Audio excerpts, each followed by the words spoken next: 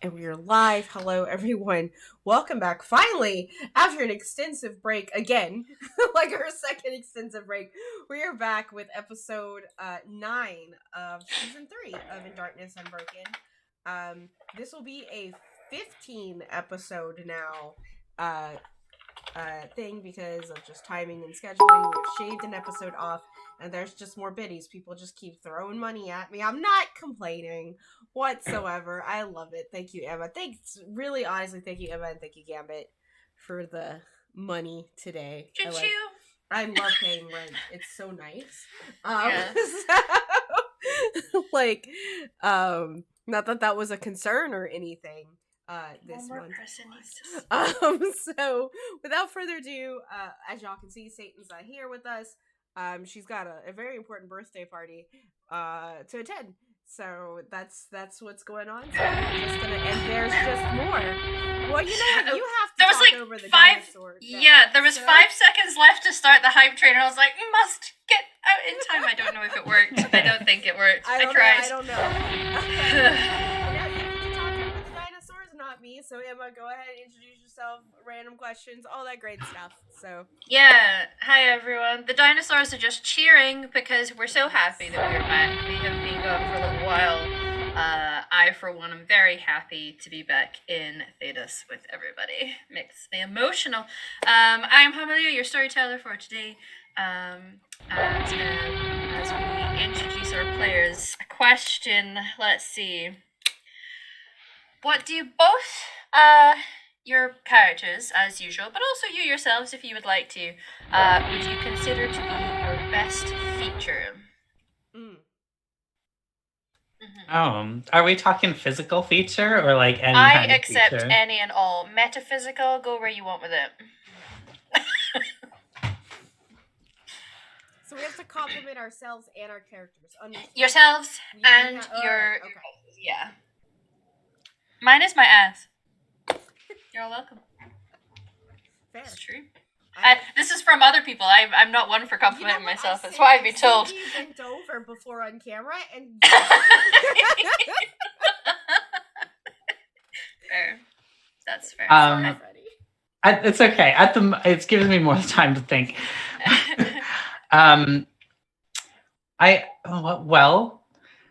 The only way I can think about features right now is like product features.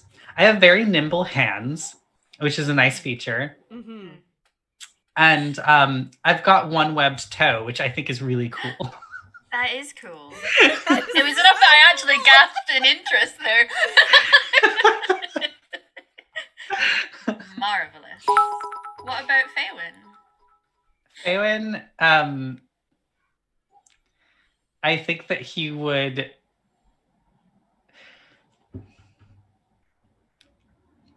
I think that he would call his patience to be a good feature. Nice. Good answer. Very good. We have no Satan/Bella, so it is you, Gambit.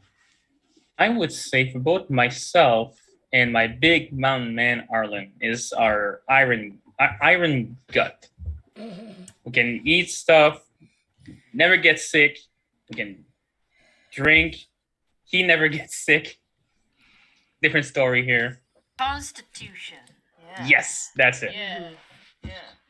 Nice. And maybe also our love of maple syrup, but I don't know how we stand in that world as far as maple syrup goes. You know what? I feel like we have our officially now the maple syrup people.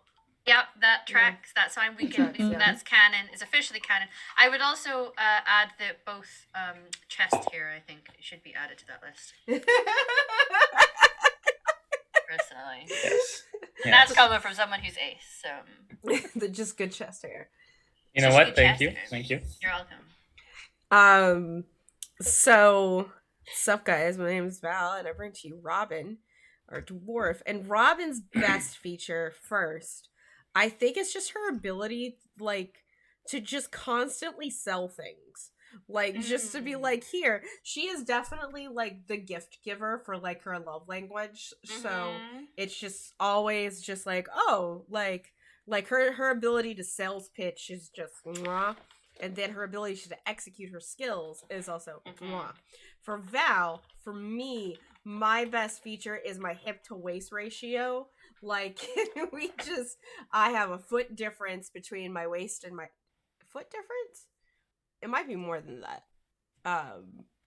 Because I'm just gonna straight up say I have a 37-inch waist and 56-inch hips, so I have quite the difference. And nice. I just live for it. That's my best feature. Nothing about my personality or my work ethic or anything like that. It is clearly how fucking cute I am. Is my best feature because it's gotten me more than my personality. I'll put it to you that way, which by the way is amazing, but it gets me nowhere. So I think without further ado, oh yeah. So we had all of these subs, 10 subs or 11 subs total, lots of biddies, all this great stuff, and hey, guess what? You can affect the game with that. So with your bits, subs, donations, every 100 biddies gives rerolls to someone here on the channel that rolls dice. You get to pick, or you can put it on a pool, whichever. Sometimes we just give them to each other. If you subscribe to the channel or give subs, you can give us essentially what's a critical success in this system. It's a 6-point stunt success. Which is really nice. We have used those, and if you donate money, I believe it's 5. We have 2 different levels. I just gotta remember. It's been a while. Look, there it is. Nice. Okay, so with a $5 USD donation, you can give us focus points for everyone. Focus points are essentially something you only get when you level up. And if you give a $10 donation, you can create an NPC for the world. Their race, class, and a brief description. So we had a kobold. We did, called Jesus. We had a kobold. Oh, he was amazing. So it's not just limited to the 5e stuff, but you can give us an idea. Yeah, 5e stuff, the age system. Yeah. Plus, it's quite apparent that Dragon Age is more than willing to take the piss out of itself and will frequently put in things that don't make sense. Hello, the writable nugs. Yeah. The writable you know what? nugs. Yeah. Roll with it. You know what? If you want to give us a writable nug. Yeah, I'll do that. Yeah, if you want that £10 donation to be a writable nug mount, I'm here for it. I'm the £30 limit is if we get £30, we'll you guys will be meeting the Iron Bull. I thought we have. I don't know. We made that during Extra Life. Oh yeah. It was a donation to Extra Life, wasn't it? Yeah, we did technically make that already. If you want to do money, that's fine too. But yeah, and of course, all ideas are at our discretion. We do not cross lines and veils that we have set up here because safety is important because we're friends and we don't like to hurt each other. That being said, let's go. Emma, take us away, friend. Let's go, y'all. Okay. Hi everybody. Welcome back. It's been a long time. So let me recount what happened last session. I'm sorry, I'm gonna interrupt you. You wearing a Fleetwood Mac t-shirt? I am wearing a Fleetwood Mac t-shirt. It's the one with the I don't know if stream's gonna get it, where he has like the 2 ball things dangling down between his legs. Mm-hmm. It's ridiculous. It's ridiculous, and I love it. Nice. I'm sorry, I had to ask that before it. Yeah. I understand. So we had a somber start to last session, preparing for the upcoming joining ritual. Arlen provided an encouraging speech to boost Dara's morale. Faywin spoke to him, as his keeper, letting him know how important he is and that the clan needs him.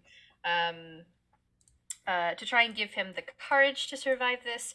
And Robin had an emotional talk about death, that it would be okay if he couldn't survive it, and his hopes that when he does die, he can at least be with his family that he lost. Before the joining, Arlen goes to speak to King Alistair over some drinks, which was entertaining, to say the least. Listen, we love when 2 himbos are in talks with each other. They talk about the joining ritual and what to expect. He also asked to know more about the hero of Ferelden, who Alistair had been in love with. Arlen also inquired about news from the mountains, and Alistair, true to form, spills the beans. not being great at keeping onto secrets, it seems, about a new hero in the lands. The Herald of Andraste is what they're being called, who is Canary, we discovered. Everyone was all very excited at that decision there. He also spills the beans that he has allowed the Ferelden mages, at least those who were supporting independence but perhaps not out killing people style apostates, to reside in Redcliffe. When it comes time for the ritual, Dara is taken to a private room and the others stay close by. Thankfully, Dara is strong enough to survive, like by 2 points, squeak through. And the ritual is a success. He's not conscious at first, and while Alistair is thanked, Robin offering to suck his dick if he wanted, because who wouldn't?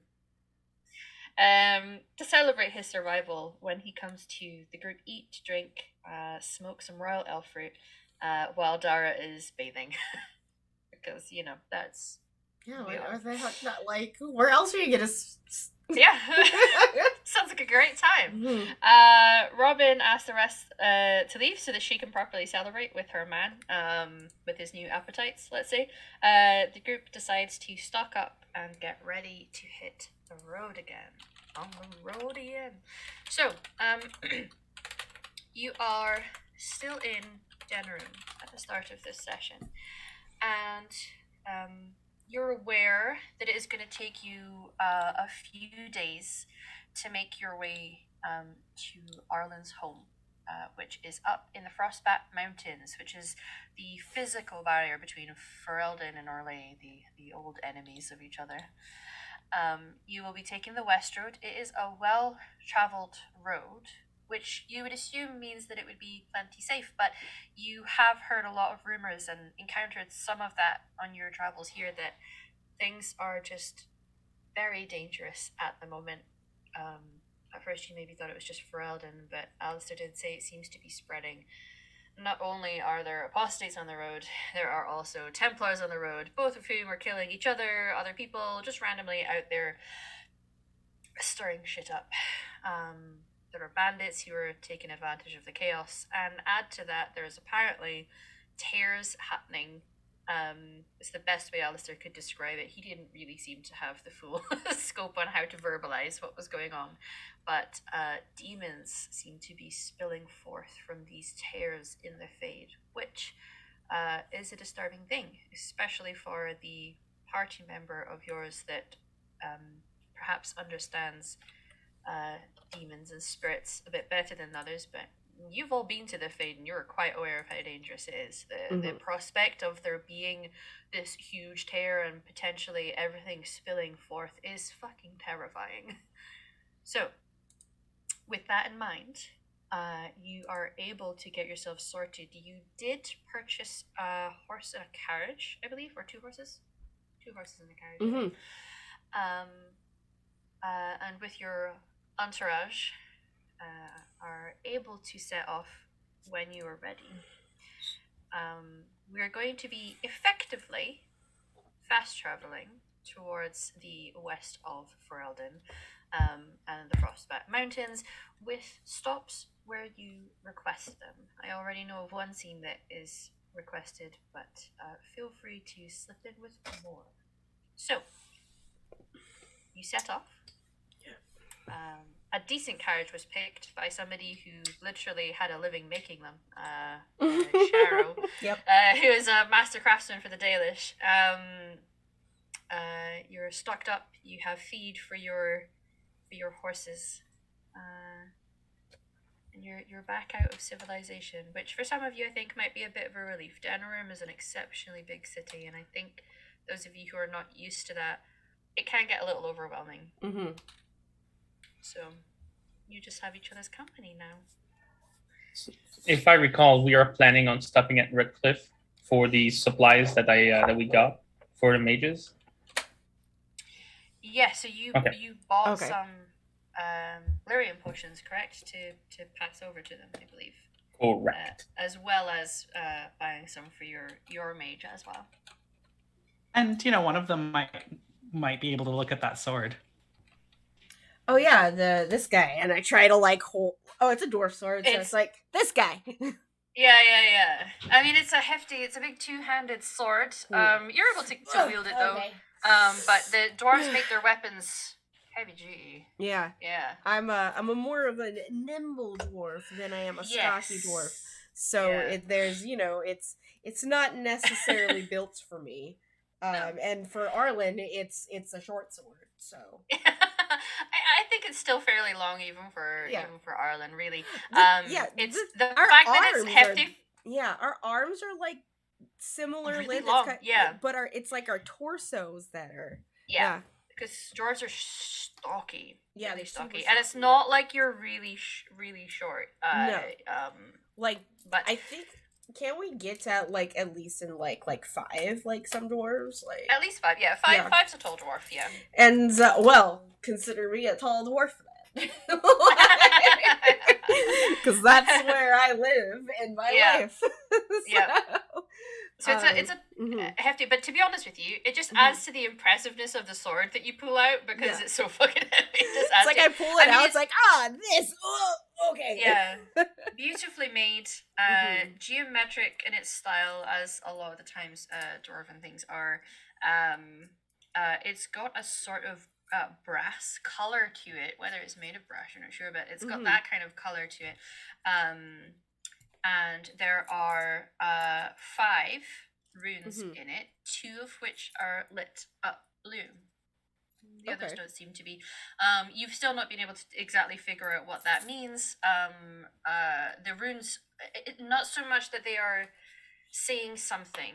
They are perhaps more design elements and relate more to magic than it does anything else. But it's very impressive. And you guys are still not quite sure. It's clearly more than just your average short sword. It's a Marks and Spencer's short sword. Sorry, that's a joke only the Brits are gonna get, and people aware of our culture. Okay. So, yes, you could have that like that. I mean, it's impressive. So, I mean, if that's what you want to do, Arlen, this is where we are, after all, checking up in your family. If you want to stop in Redcliffe first, that's it's your call, friend. Like this trip is your this. If I mean, I don't speak for everyone else, but I'm following your lead on our directions. It is on our way, so we're going to pass by Redcliffe. It'd be kind of nice to see what people are up to, I guess. Are you comfortable with that, Faywin? Yes, I think the sooner they get these supplies, the better. Okay. All right, then, Bella, okay, Bella, cool. She's busy. We'll just say she's making it with Shire in the background. Yeah. Or they're driving the cart and making out. They're driving the cart. Yeah, sure. Why not? But why not both? I mean, it is kind of a self-driving cart. The horses aren't intelligent enough to know to go forward on the road. True. Okay, so just as a reminder, everyone, if people ask about the strange noises for the cart, someone's getting their dick sucked, okay? It's not a baby dragon. Wait. Okay, so if someone asks about it. Yeah, if someone asks about the strange noises coming from the cart, you'd be like, someone's just getting their dick sucked. Because no one is gonna, want to go see. I mean, some people might. Some people might, yeah. But the thing the likelihood. The way I heard things was, if they ask about it, we are going to suck their dicks. I was confused. I can see. I was ready and willing to protect the egg, but I wasn't sure that's what you meant. Take one for the team. Okay, yeah. Dick sucking, that's good. Yeah. I mean, if I had to, I would suck a dick to protect a baby dragon. I think we all would. Yeah, absolutely. I mean, yeah. I can see myself sucking some dick to protect something precious, It's like, by the way, if you are I don't know if anyone has ever had this conversation with a partner, but if you are the one actually sucking dick, you are the one in charge. Like when you think about it, like you have so much power in your mouth right there. Like so I'm gonna need to have a talk with my girlfriend. just saying, like, you know, it's a very top thing. Like, True. Yeah. There's a lot of it's a power play because you know they think that they're topping, but nah, you have the power in that I situation. think it depends on the nature of how Yeah. it's happening. I think both things but can be you true. have the power.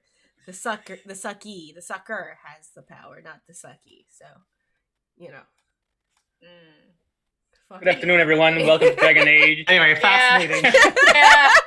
This is a sort of hard-hitting talk. Yeah, typical Dragon Age party banter. It's true though. Yeah, I mean, yeah, it's true. Yes. I actually imagine if it was like in game, that would be like an Iron Bull and like Sarah or Dorian conversation. Like they would just be open about that with Blackwell just chuckling because he finds it funny. He does find the dirty jokes funny. He does. He does find them funny, you know, Yep. because he is a terrible person. Sorry. Okay. Mm-hmm. Okay. Yeah. So this conversation fills up a large amount of your time on the first day. Eventually, you'll be swinging and following the route of the Dracon River. It's quite a hefty lad is the Dracon River. So plenty spots to water the horses as needed, and it's safe. That's definitely not one day. That's at least 2 or 3.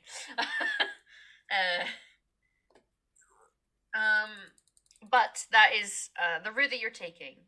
You're correct. So that's maybe day 2. You're finishing up there. Not terribly far away from the edges of the Brazilian forest, and actually the party spent a large amount of time here during season 1. If we look in the part of the forest, country, honestly. do we see the witch? She was much further in. Oh, okay. Yeah, you're a few days away from the witch, unfortunately. Magda.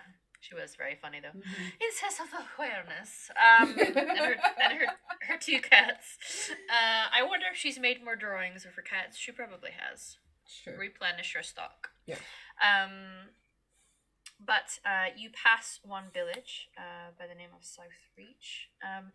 The places here that you pass, be it a settlement like Southreach or isolated farming cottages and what have you, I mean, we're a number of years past the blight, the 5th blight. There are still places that remain abandoned that were perhaps a little too damaged. The land is now healthier. Things are growing again. But occasionally you can still see little remnants. I imagine Lothering, when you do eventually get there, is still pretty fucked up. But life's returning. Life finds a way. You're welcome. I can hear the copyright writer calling. Now, one of the conversations that I believe needs to happen can either be on the road in the cart if you want, or perhaps I think that's an appropriate place for it. Yeah. Courtesy when you're camped up, so that you can just speak alone and not with everybody around. It's your call. Yeah, I think it's definitely an alone time conversation because it's a very personal conversation for Robin. But there might be a time where maybe it's like for a watch shift. Maybe I get up a little early for my watch after Faywin and just be like, hey. Hello. How are you? How are you doing? I'm all right. I'm feeling sort of energized by being out on the road. Maybe that just has to do with, like, you know, that's how you were raised and stuff, right? Yes. Yeah. So I have a question for you. Yes. And there's no wrong answer, and there's no answer that will upset me. I would just like to, like, and I could be wrong in my assumptions. I just have like this weird instinct. Do you do you have a crush on Dara? Oh. um, I think I probably had a crush on him Mm. when I was younger. But, well, I do love him. I know that's not what you asked. Well, I mean that's also like that's fine. Like again, there's no wrong answers.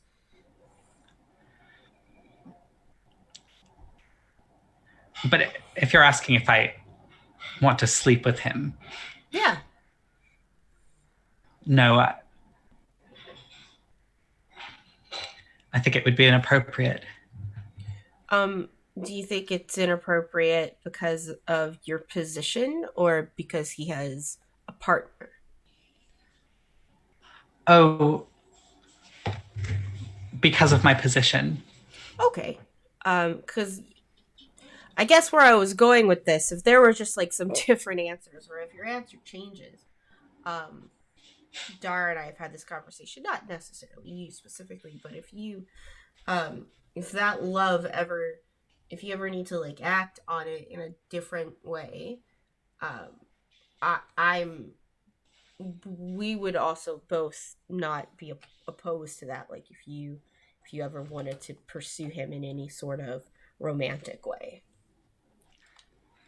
because he loves you too, and I don't know if like and love is different and how people act on love is different. Um, and I just and I love you. Um, so however you want to, however you're comfortable with it, like don't feel like that all I'm saying is don't feel like that us being together means that you also can't be with him is what I wanted to get at. But that wasn't your answer, but I still wanted to give you the explanation to why I asked you that. I appreciate your sensitivity. And you know what? Even if I was interested in him in that way, Mm-hmm. I would not want to do anything that made you uncomfortable, of course. But Yeah, I'm comfortable with a lot of positions. It's fine. And like there's just like this big shit-eating grin on her face, like knowing that's not what you meant, but yet also just reassuring you that Robin's cool. and you know, I have grown very, very fond of you. Me? What? Aw, thanks. Sometimes I feel like we have a hard time finding things to talk about, but that's just what family is sometimes, right? Like sometimes we don't always have things to talk about. I always feel like sometimes when I say stuff that I just say stuff that might like embarrass you or hurt you or seem racist or things like that, and I don't ever want to do that to you. So I sometimes I just I get really nervous when I talk to you. I'm not nervous right now, though. Well, I understand. I wanted to let you know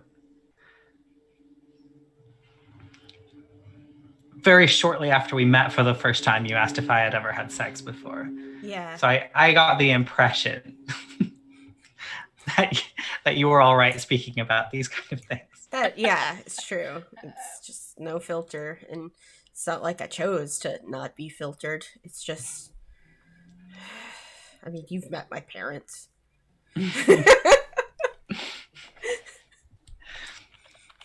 And I had a lover in the circle, Mm-hmm. but we weren't allowed to. Mm. And it's difficult for me to. So I think I've still got some of the circle inside. would you mind if I asked like some clarifying questions out of curiosity on that? Yes, that's all Okay. right. were you not allowed to because nobody was allowed to? Like, did people need like special permissions? Like, what was that? Like, what was the reasoning behind that? No one was allowed to. It was part of the Mm. system. It's well, among other things, it's an anti-conspiracy tactic. Mm. So they just, are just like, oh yeah, mages. They don't deserve to, have loving, affectionate relationships with each other. Or they need to just. That's gross. I'm so glad the circles fell. And some people just think that if mages have strong feelings, no matter what they are, then it's Mm. dangerous. And I understand that if the person doesn't know any better. How afraid of you of being possessed? How afraid am I? Yeah. Well, it is a frightening thing, but I know that I am strong in that way. I have been through the harrowing, and I have communicated with spirits. Whoa. That's cool. I mean, the way that Jacob and I were able to see each other was by dreaming and going into the fade together. Whoa. That's cool. So I am quite comfortable there. I mean, I don't mean that to sound Mm-hmm. um,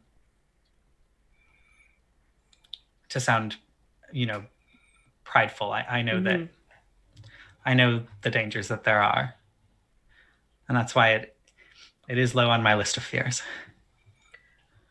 Yeah, I am incredibly confident in you two. Because if you're confident, that I'm confident because nobody knows you better than you. And I can't dream. I don't speak with spirits. I wouldn't know anything about that. So I just hear about hearsay, and I would rather hear it from actual mages, and an actual mage that's my friend. Um, So, and I mean, I'm not worried. I'm resilient against demons, so I'm just saying, like, they can't get into my dreams because I don't have any. So there's that. Uh, have you? Oh wow, I'm gonna ask another question that might be super serious and might. Um, am I in? It's getting a little intrusive and a little dark, and I just want to know if that's okay. All right. Um, is there anything that should we come up with a safe word or a watchword, to use the proper term in Dragon Age? Should we come up with a watchword um, if something happens and you do become worried, so that we can help you?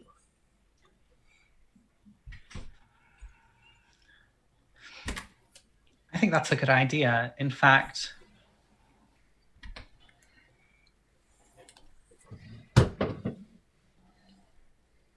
I would want you to be able to be sure Mm-hmm.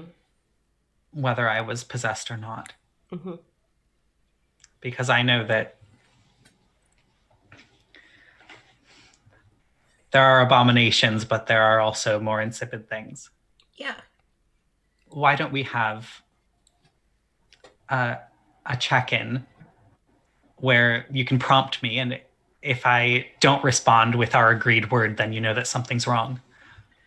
Okay, how about if I'm like, hey, Faywin, you exercising? And you go, yeah, doing cartwheels. Because I mean, like, who does cartwheels, right? Like, do you actually do cartwheels? No, I'm very frail. Yeah. So just be like, and here's what's up. I don't even have to prompt you. If you just scream cartwheels, I will know. I like that. All right, cool. Like, because I had to think of something that's like, what does Faye not talk about exercising? So it's okay. It's all right. All right, cool. Good talk. You can go to bed now. I'm up, so me and Finch will hang out. All right. All right. Good night, Faywin. Have a safe watch. You too. Sorry, there's gonna be a smooch happening. Thank you. No, that's okay. The smooch is approved. Okay. I mean, this is my house. I don't. Dang it. You're right. All right. Insane. Okay. Very good. Insane indeed. All right.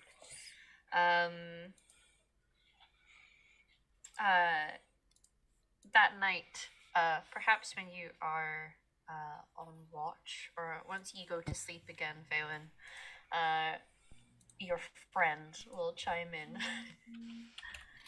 I like her. Yes, she's good. She's trying to understand.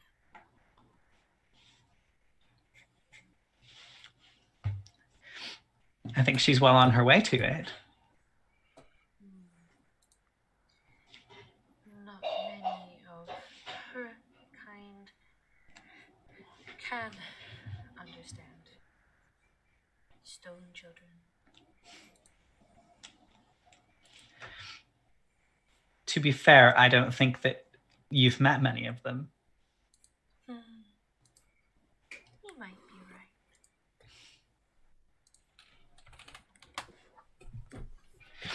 I thought it was very frightening that there was an entire bloodline of people who didn't dream and had no connection to the Fade. It seemed very strange to me. But I think it's a strength, actually.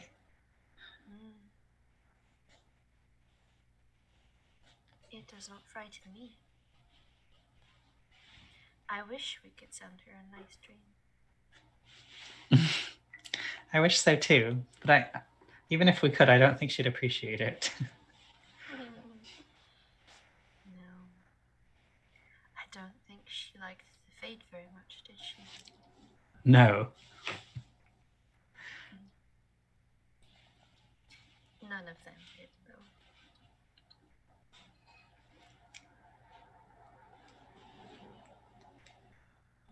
Well, do you want me to do anything tonight?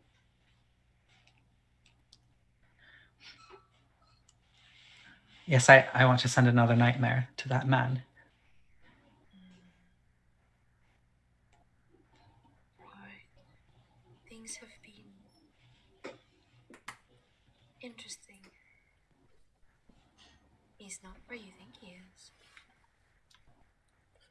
He's not... What? He's closer to me now. He's closer to you. Like he's dreaming already. You could call it that.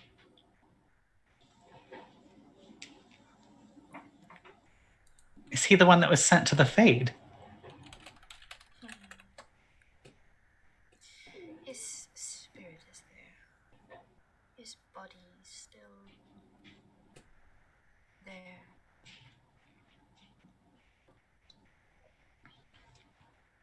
I wasn't able to get through for very long the last time you tried it. Ah. Oh, well, don't then. I don't want you to risk yourself.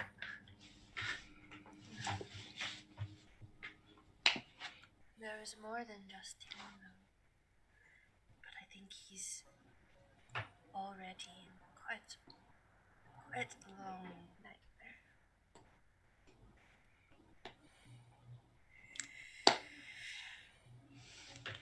Then I'll save my energy for tonight.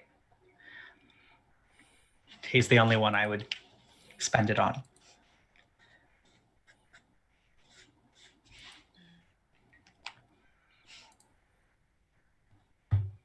Oh. Why don't I send a nice dream to that king? All right. Like being with his lover. Okay, let's try it. Right, roll for your spell. Oh. Remember the last time you did this? Oh, You just yeah. passed, so. I'll Hope watch I over don't you. end up in the fade. First roll.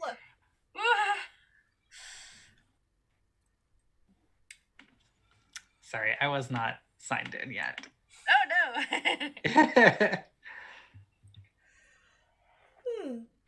The anticipation is. Whew. No, I'm so Should sorry. there be dogs in it too? People from Dogs. Oh, Islam yes. like dogs, don't they? They do. I People don't call see them why. dog lords. Is that derogatory? Possibly. I don't know.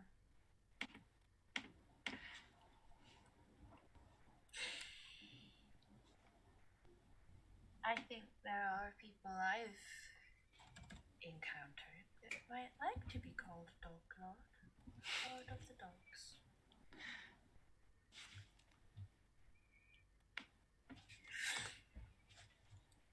Roll20 is giving me a forbidden message. Oh, there it is. There it is. Oh. I was gonna say, I could try and roll for you if you want. Forbidden. Forbidden. The last Oh, time I rolled for someone, I rolled a stonking great crit for Arlen. Oh, wow. All right. I've got my character sheet at last. Okay. Cross your fingers. So dream sending. No fade jaunting.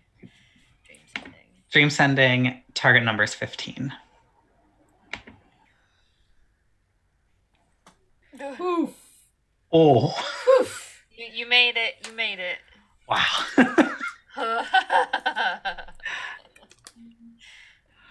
Yeah, that's a 17. Okay. Oof. Alright, you're okay. You're okay. So it goes through. And you're able to send a very pleasant dream to King Alistair Theron. Your spirit kind of goes quiet. They usually when you cast that, they'll go and get busy and help out. Technically speaking, that's not how your subclass works, but fuck it, this is our game. We do what we want. I do what I want. Listen, the amount of edits I've made to this game, listen, we good. Mm-hmm. Yeah. So they go and get busy, and they PB for the rest of the night. Okay. So, on the road once more. Rain. Quite heavy rain sets in. So the journey from Southreach towards Lothering is quite a soggy one. You are on the main road, so you're not as affected as you would be if you were traveling through the wilds. It's not pleasant, but your caravan, your cart, is a covered one, so the majority of people are able to stay dry. You know, we don't have to worry about the deep roads, at least. Rain. Rain, storms, yeah, snow. Snow. Can I get a round of perception checks from everyone? Seeing. Oh. Can I use smell? Although smell in the rain, yeah. Like clockwork. Just said sand. Yeah. I will offer up all senses when such is appropriate, but no, this is a seeing thing. It smells like rain. We see in all the things, though, it does smell like rain. Listen, I love the smell of rain. Oh, like an autumnal rain when it's on dead leaves. Mm-hmm. Gorgeous. It's true. I love the smell of ozone, so. Oh, yeah, yeah, that's beautiful. Okay. So, we all rolled stonking great rolls there. There wasn't as much opportunity to see something like this on the journey that you've made so far. perhaps you just got lucky. The actuality is there was nothing close enough to the road. But on this journey between South Reach and Lothering, you see off to the distance on the left, so to the right, to the south of Ferelden, you see this uh, green light, which players of Inquisition are aware of what that means, but you as characters have not seen this.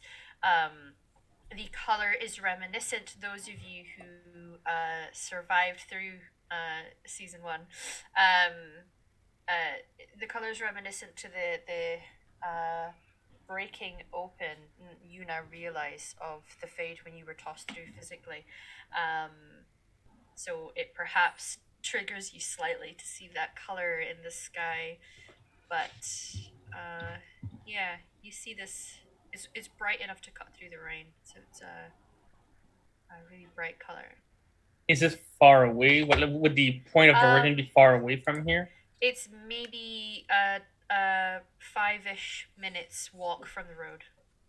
So visible enough to see it, not close enough where you feel like it's a sudden immediate threat where you are.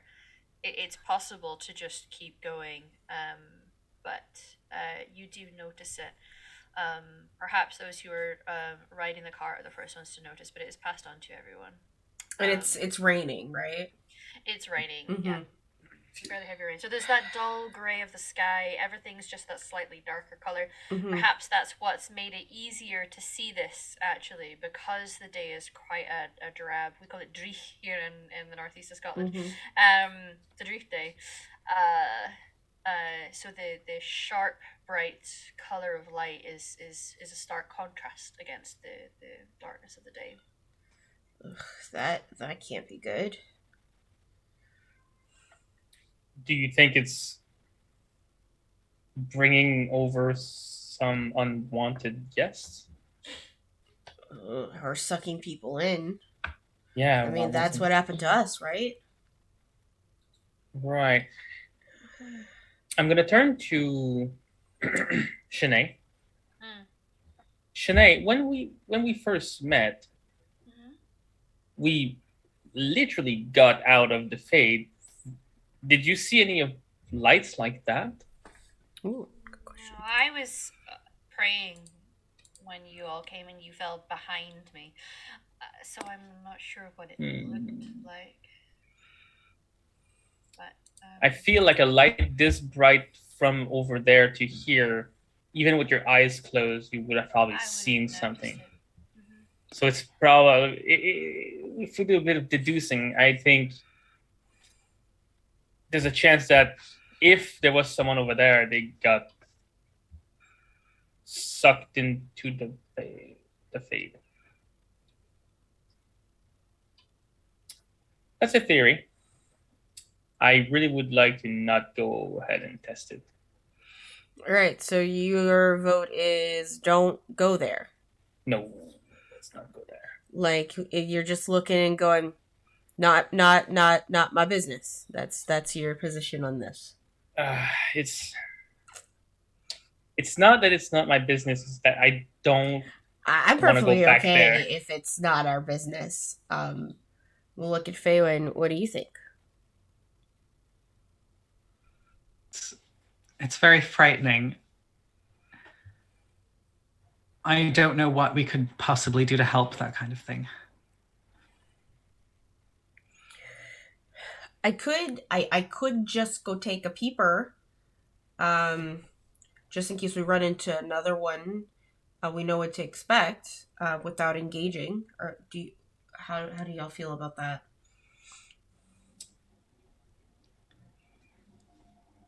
It's gonna be wet, very wet. So it is quite possible that it's going. If there's anything there, there's a very big chance that they're not going to see nor hear you. So I suppose we have the advantage there. I would like to follow close behind you in case anything should happen. Okay. I'll let you, we'll stop you halfway and, I'll scream, maple syrup if something happens. That's my watchword, so.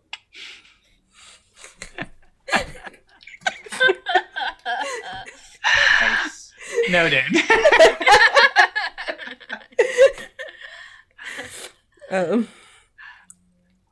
Yeah, I think the rogue is gonna rogue out of curiosity and go see what is That's fine. Fabian, if you move like you're going to get off the cart, you will feel a tug at your consciousness as you're up to leave. Generally speaking, your friend doesn't become vocal when you're around people because they're very aware that if you answer, it's going to look suspicious.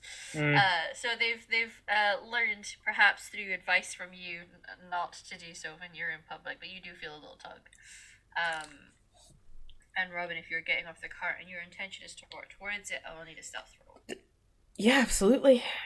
Let's go. I would like to use a reroll. Sure. With a 12? Like, come on. Alright, much better, much better. Okay, and Fabian, you're following behind, correct? I'm going to, yes, keep her in my sight. Okay. Alright, you can do so.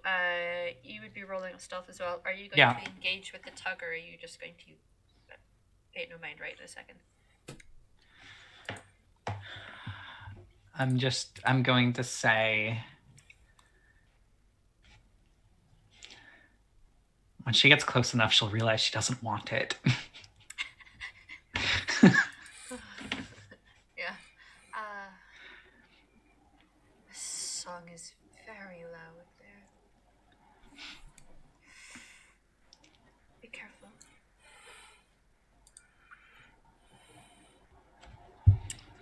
Do I not have stealth? Stealth is dexterity, right? Uh-huh. Uh-oh. Uh-oh. Hey, whoa, okay. Whoa! You are like as good as I am with that roll, bud. 2 away from a perfect roll. Okay, so you're both very quiet. It seems that perhaps the visual and sound of heavy rainfall assists in this kind of thing. All right. When you get within a certain distance, Robin, as we know, there is a proximity trigger often, and what you see is a sudden flare of the green light ahead of you. You then see these beams or points of light that emanate from this light source that go in multiple directions, and then after swelling on the ground, there's one not terribly far from you, like maybe 20-ish feet away.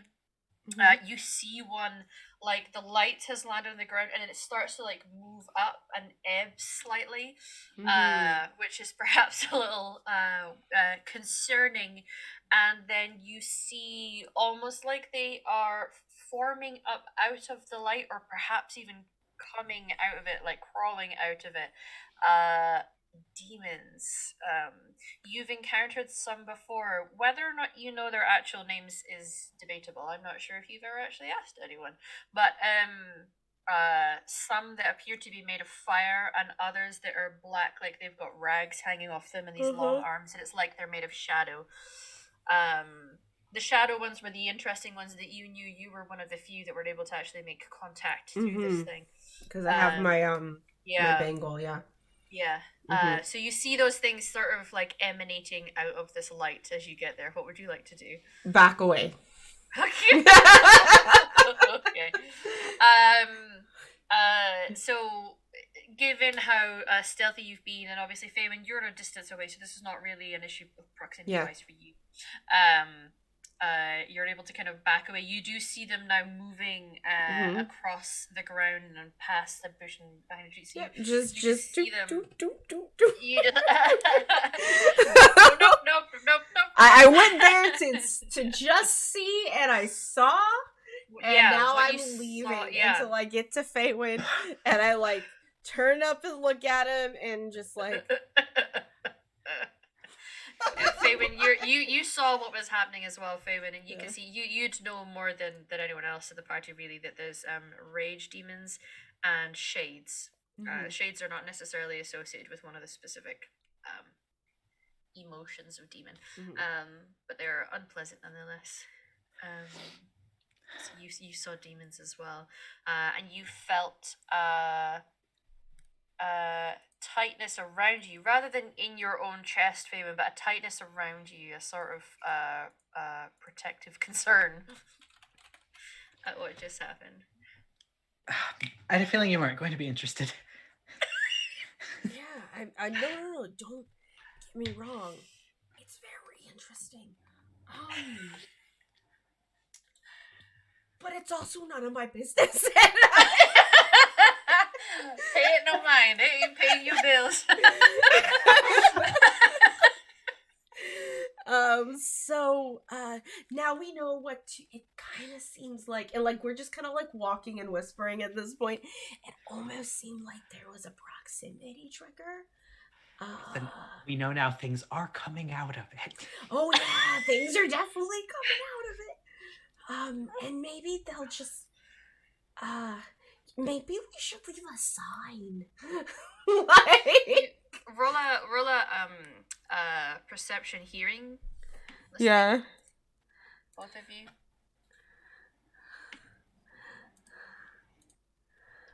Hearing, right? Yeah. Boop. 12.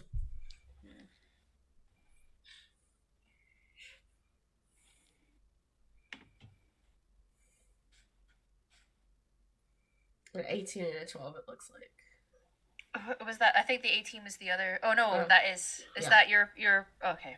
Sorry, I thought that was the first perception. Listen, oh yeah, it didn't boop, so my brain just thought it was. So Faywin, you will hear the sounds of an animal in distress. It seems that a bit of wildlife here. You're not sure. It sounds deer-like, so it's clearly one of the native species here that are deer-like.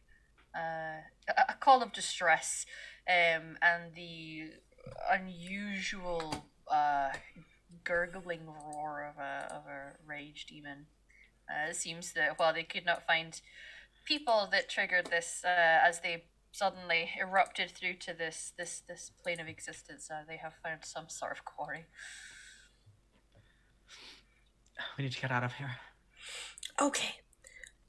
We should make a sign a little bit up the road. Beware demons, just for anyone walking past. Just saying. I don't want to be that person that's just like, demons, someone else's problem. Yes, maybe some Templars will come along and deal with it. Oh, that would be awesome. Maybe Templars would just feel like, oh, fuck, we're going to take care of them demons. And you know what? Maybe they will. Maybe the demons will take care of the Templars. We don't know.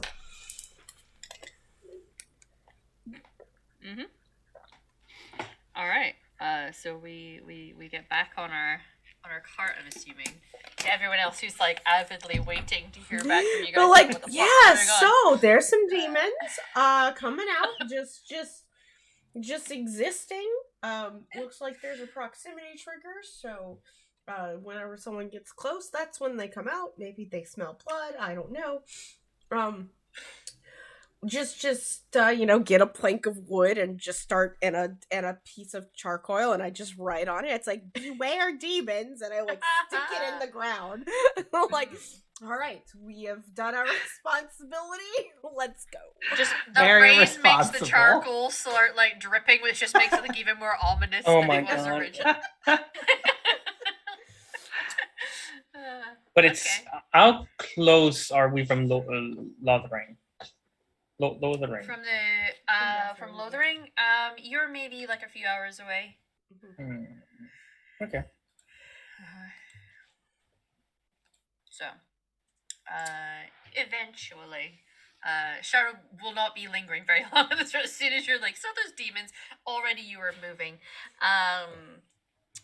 So you start to head off. Eventually, you do make your way through the village of Lothering.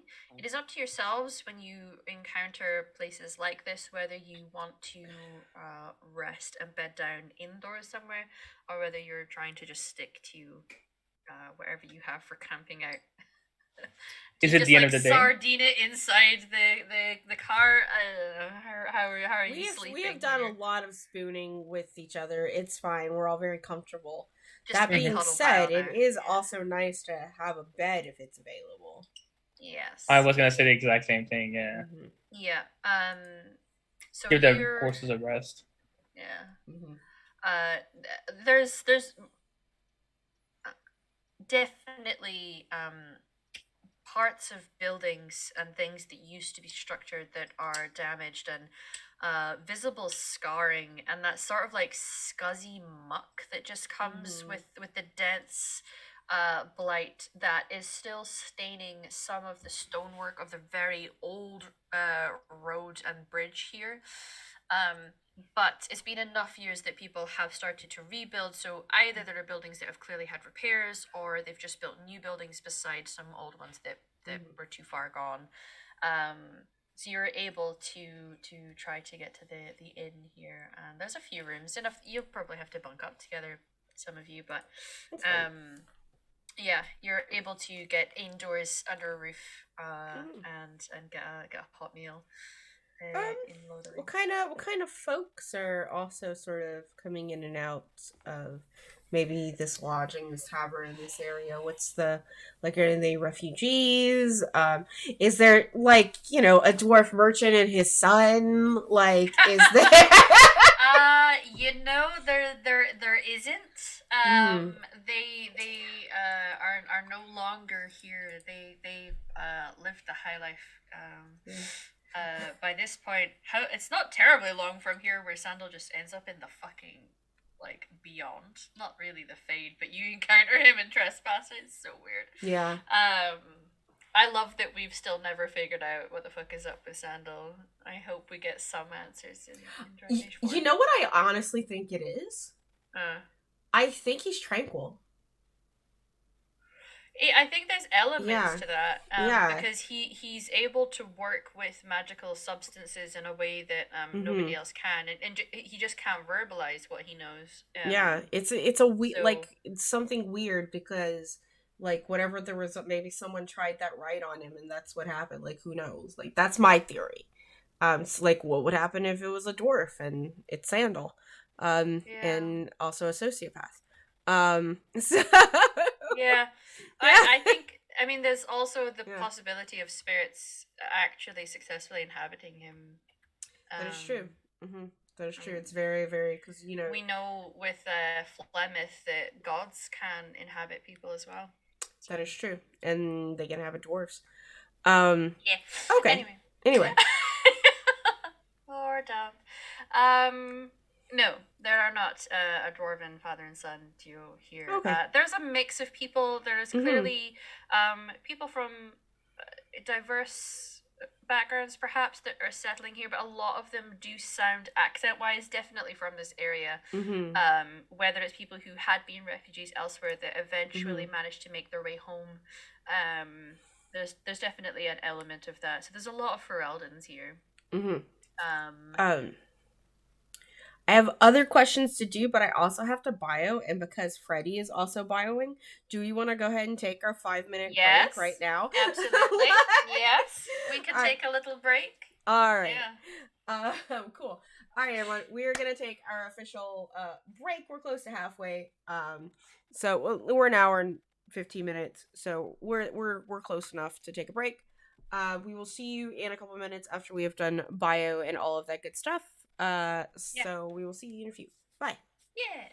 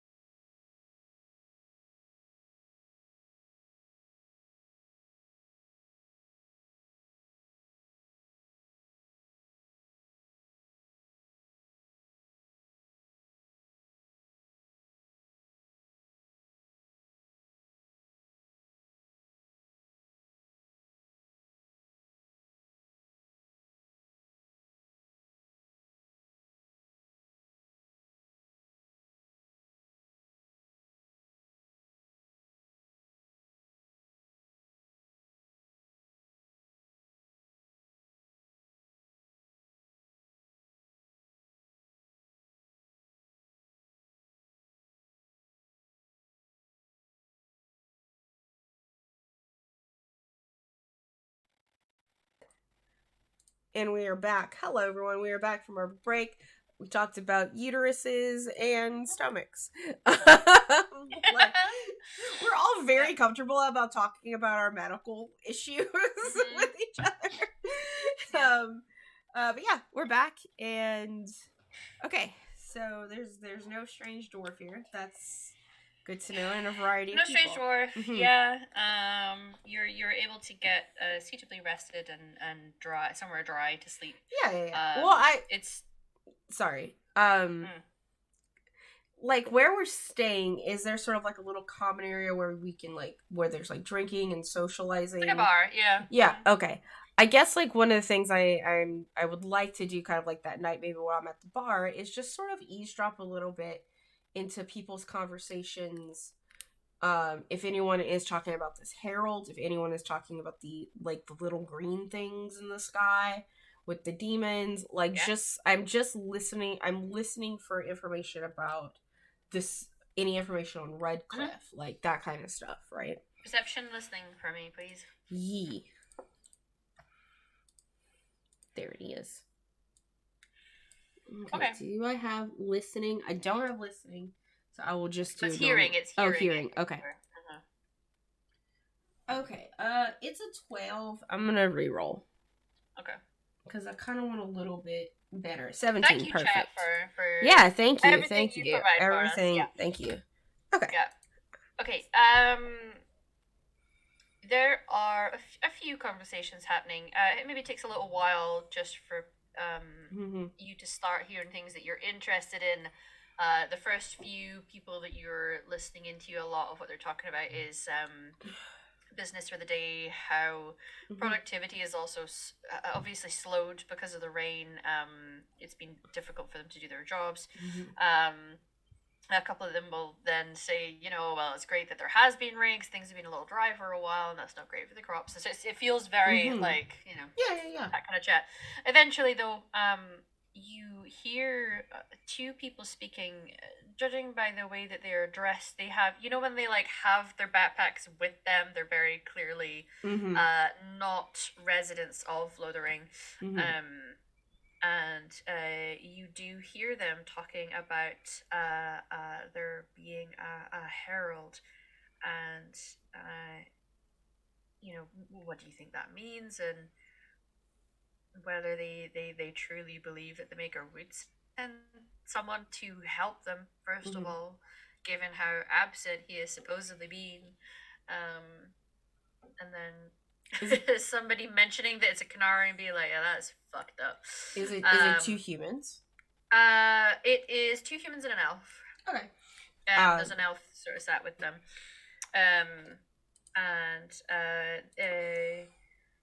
They start to talk about Haven, but the way that they're talking, they don't ever explicitly, very expressly say it, because they don't have to when you're sat and you all know each other's motives. But the way that they're talking about Haven, it's like a future tense, what it's going to be like, suggests that they are heading that way. Oh, okay. So they haven't been to Haven. From the sounds of it, they haven't been to Haven. They're heading to Haven. Okay. Yep. I was kind of hoping to find someone who was coming from Haven. Yeah. You don't necessarily hear that. There's also some.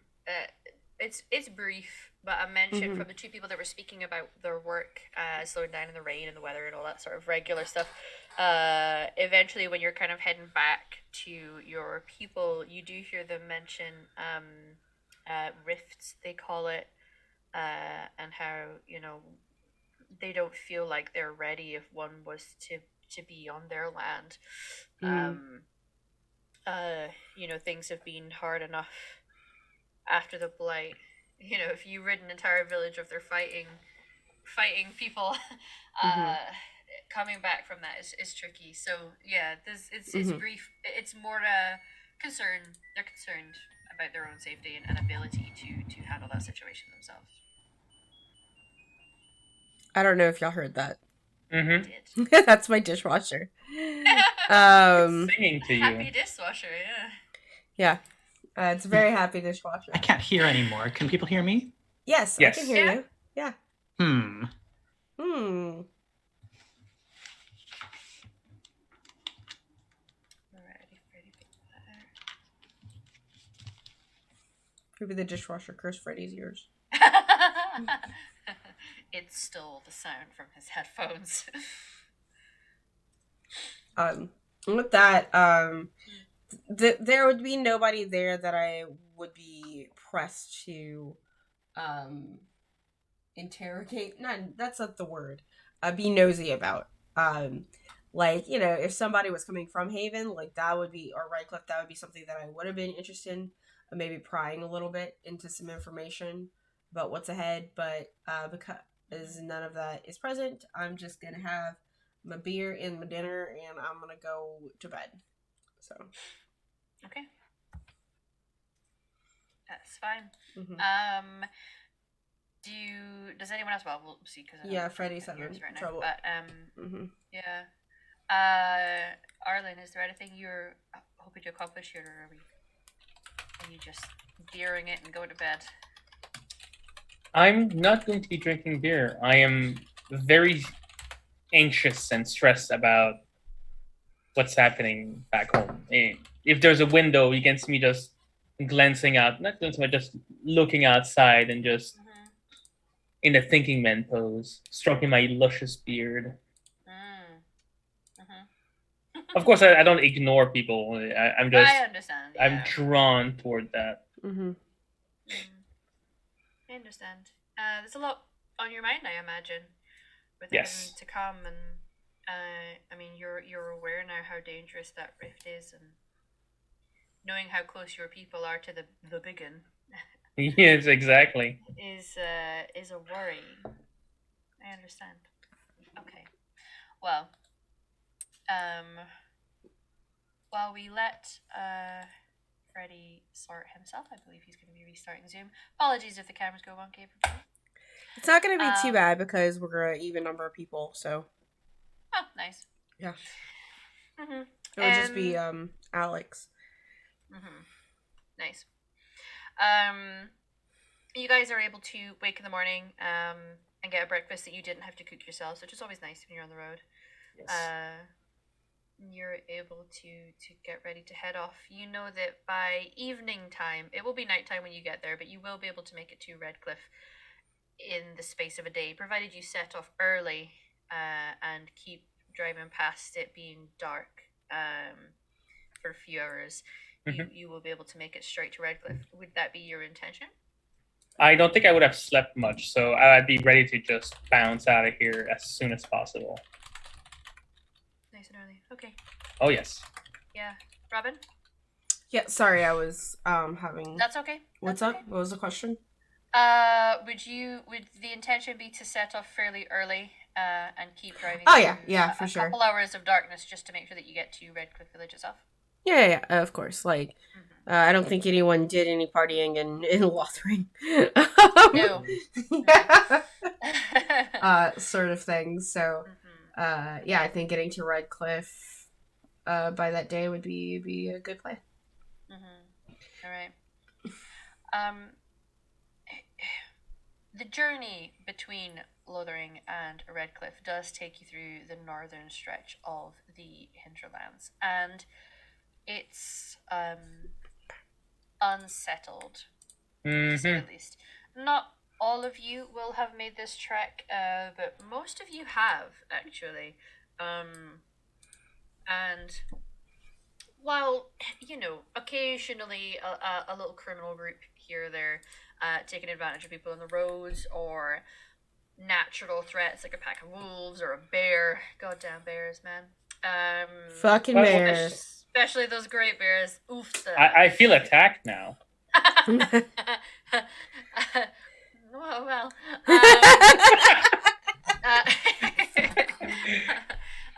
They're a difficult threat, especially when you're not high level. But you are aware of increased disturbance. You see two more of those glowing lights. The rift far enough away where you feel like it's not necessarily going to be a danger to you on the road, but the instances of it are increasing. Mhm. There is a number of people on the roads traveling to Redcliffe, it seems, or traveling away from and heading out of this area into the rest of Ferelden. It's It's a Freddy. unsettled. Do you It's a hear us, Freddy? I can hear. Yeah. Thank you for bearing with me. I'm sorry about No, that. you're and fine. You're okay. yeah, just had to switch computers. Oh, okay. We're just, you know what? We're on our way to Redcliffe. Mhm. It's mostly just the narrative of it. So it's yeah, you can feel the tension in the air. You know, when there's just like a natural anxiety that just seems to be, you're definitely feeling it, and some of you are feeling your own anxiety, either a concern for your people, a concern for the danger that you're bringing your current group, your found family, into for this. Perhaps who you will or won't see in Redcliffe. Both options are. It's a tense time. I imagine conversation is a little light between you guys. Eventually, you will see Redcliffe Village. You see the red stone that the place is named after, and Lake Callan has. The rain has mostly passed. There's still a grayness to the weather, which makes Lake Callahan seem almost ominous and daunting. It's this large. The stream has no idea how good it is. No idea how good No it is. idea. Lake Callahan has no idea how good it is. For our good Freddy, just a heads up, you do have a lot of background noise. I don't know if just because this mic is more sensitive, but on this computer, but you might want to just mute when you're not role playing. Oh, okay. Cool. Awesome. Sweet. As you head there, you are aware that there are a number of carts and tents just on the outer stretches of the walls of the village itself. And then as you go in, it does seem to be really quite busy. Oh, wow. And more so than you're used to. Robin, you've been through Redcliffe a few times. I imagine it's definitely on the trade route for you. Oh, You yeah. will have perhaps done business inside the village itself. And even Arlen, you will have been here. It's one of the major settlements that your people may have to encounter. There's not many in your tribe that go down to do trading with the lowlanders, but when they do, occasionally they will head there. But it's poaching, I guess is a good word. It's a lot of people, and you see small groups traveling between a couple of buildings, keeping mostly to themselves. You will notice, I would say, without even having to roll for it, eyes on them. You will see a small crop of people wearing mage robes. Oh. Seem to be heading from it's perhaps a store or a place of business onto the main path that leads up to the castle. No one that we recognize? Because I know we met up with a bunch of mages. Yes, nobody that you recognize, no. Okay. But there are quite a number of people here, and while not all mages wear mage robes, so it's a little tricky sometimes to tell who is and is not. You were told by King Alistair that he was letting the mages, the ones who were not being outwardly aggressive anyway, they were allowed to stay in Redcliffe. He was giving them permission. Okay, so I'm just going over the notes to see if I remembered any names, but naturally I got nothing with that. If you go to our the folders where your character sheet is, the NPC section, I'm pretty sure there's one that's just Mage Camp. Well, damn, okay. Oh, I forgot we called Dominic Papa. That's really funny. was the rather battle hardened what do you Templar? call it? No, the word has fallen out of my head, and we were just speaking about it. Tranquil. Hmm. He was tranquil. So, no, you don't see anybody that you recognize. So, you are in Redcliffe Village. I know that some of you had things that you wanted to try and achieve while you were here. How are you going to go about doing that? Well, we are trying to give those resources to the mages in order to help them. I don't want to just dump that to the first mages we see, so that'd be a bad idea anyway. But they are the first bit of info that we can perhaps get will be from them. So I say, let's go talk to them. Let's see if they can maybe guide us to the right spot. Big imposing man that I am, I'm going to walk up to the mages. I will go with you.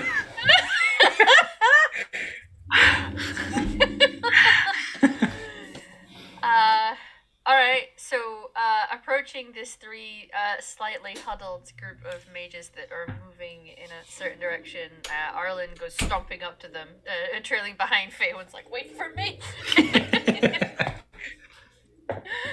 It's fine, I got this. Yeah, you see three relatively young looking mages, all human. Mhm. Two appear to be men and one woman. They sort of stop in their tracks and turn around and look very wide-eyed at the most obvious person approaching them, perhaps not realizing that there is someone there with them. And Faywin, although their robes are, it's not of your circle, they have a rather uniform way of dressing their mages quite a lot. Could I perhaps roll a lore or something to see if I recognize the circle they're from? Yeah, absolutely. Arcane or magic lore, I forget what it's. Yeah.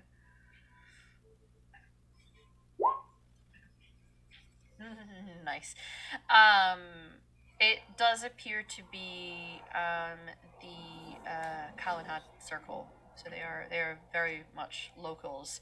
Okay. There are actually two circles in Ferelden. We only ever really hear about the one, which is on Lake Calenhad. There is actually another in the islands north of that, but they do appear to be from the Calenhad circle, and the way that they're dressed, they're very much apprentice. Like they're fresh meat. And I'm sorry if this is already, if you mentioned this in your opener. That circle is still in operation as far as I know? Or no? All Okay. circles. So there is not a remaining circle left in all of Thedas. Okay. Cool. That circle very much fell. It was already, what they went through during the break was rough enough, and then went through a collapse. So that is what you see before you, and they kind of look at you wide-eyed. They don't say anything as you approach. They're like life flashing before their eyes as they I'm look going up, to up at Arlen. I'm going to size them all up one by one. I don't recognize any of you. Would you happen to know Mr. Emerson? Let me roll. Because I know that guy. I'm gonna say bond, but I had a good conversation with him. Sure.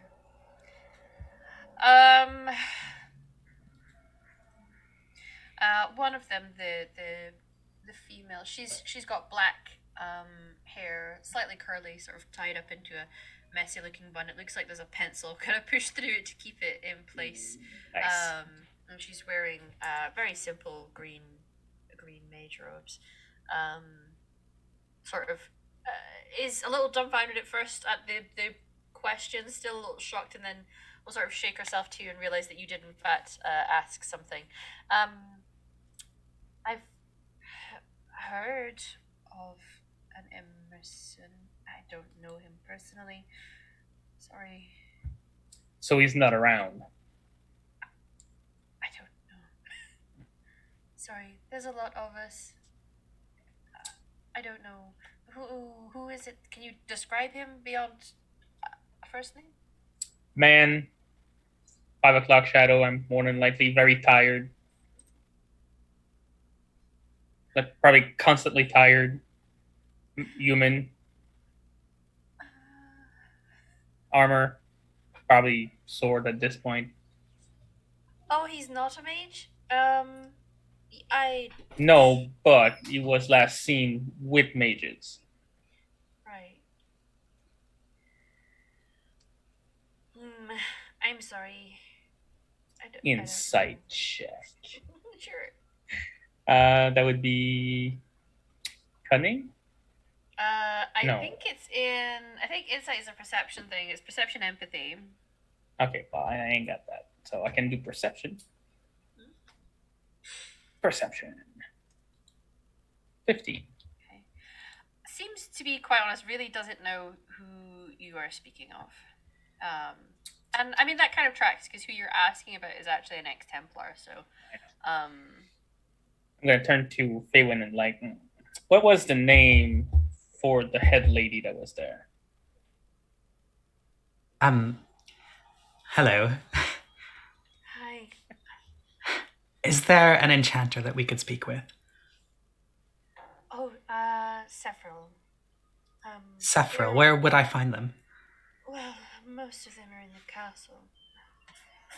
There's one or two who are staying with the others in some of the inns, but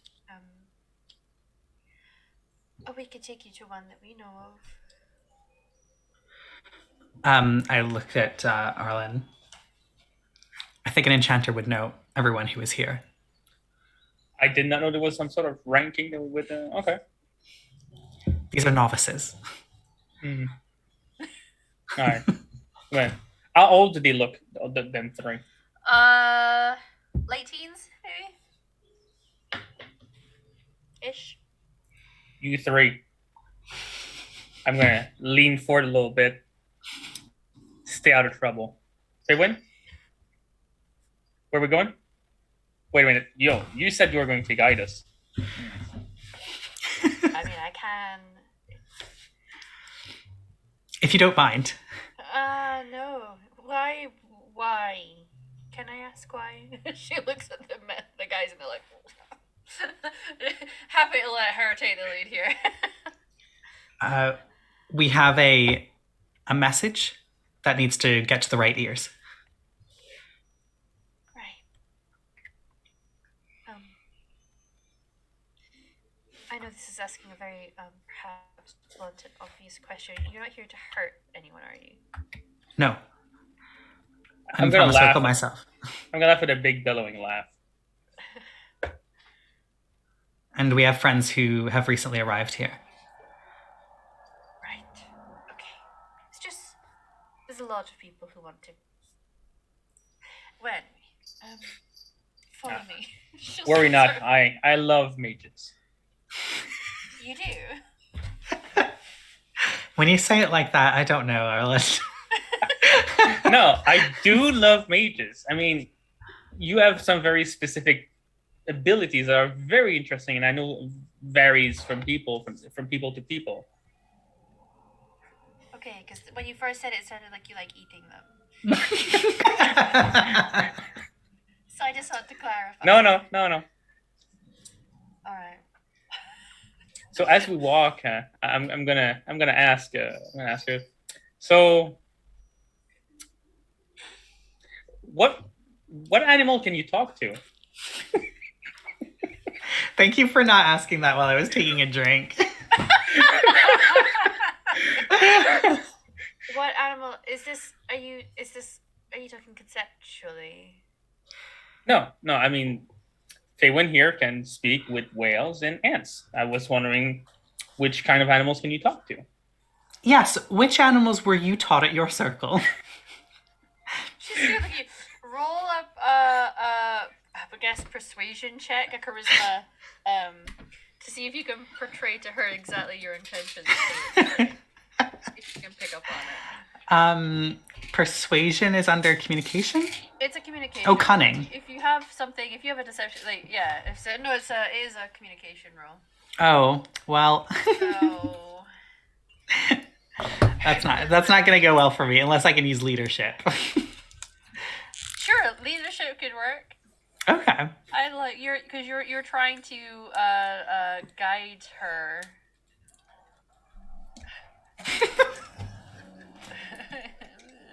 I mean, an 11 is a basic pass, so she'll give you a long look, and then look up at Arlen.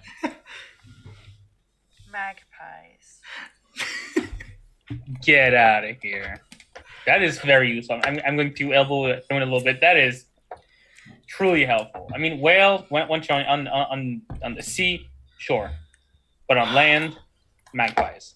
I know, magpies were way too complicated for me. Why are we talking about my cat? It looks like she's having an aneurysm. Who are you people? Oh, hey, what's up? Sorry, I got held up back there. Had to find an outhouse. I'm Robin. Who are you? Melanie. Hi, Melanie. What's your deal? I'm a mage who can speak to magpies, and she gives a long look towards you. Whoa! I was just explaining to your friend here that properly trained, anybody could speak to the Carver family, really. Oof, throwing some shade. Nice. Well, you can actually make them speak. Crows and the like. They're very clever. Interesting. I'm also showing them to an enchanter. Oh, okay. Well, have fun. I'm gonna go see if there's any dwarf traders to talk to. So.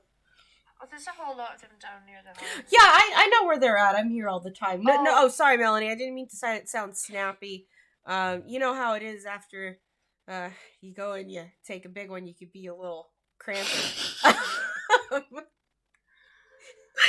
Sure. And sometimes that pain just hasn't subsided yet. So yeah, no, I'm also a dwarven trader, so I usually know where they hang out. Unless they moved. No. All right, cool. Thanks. Well, I don't know where they were before, but down by the docks, right?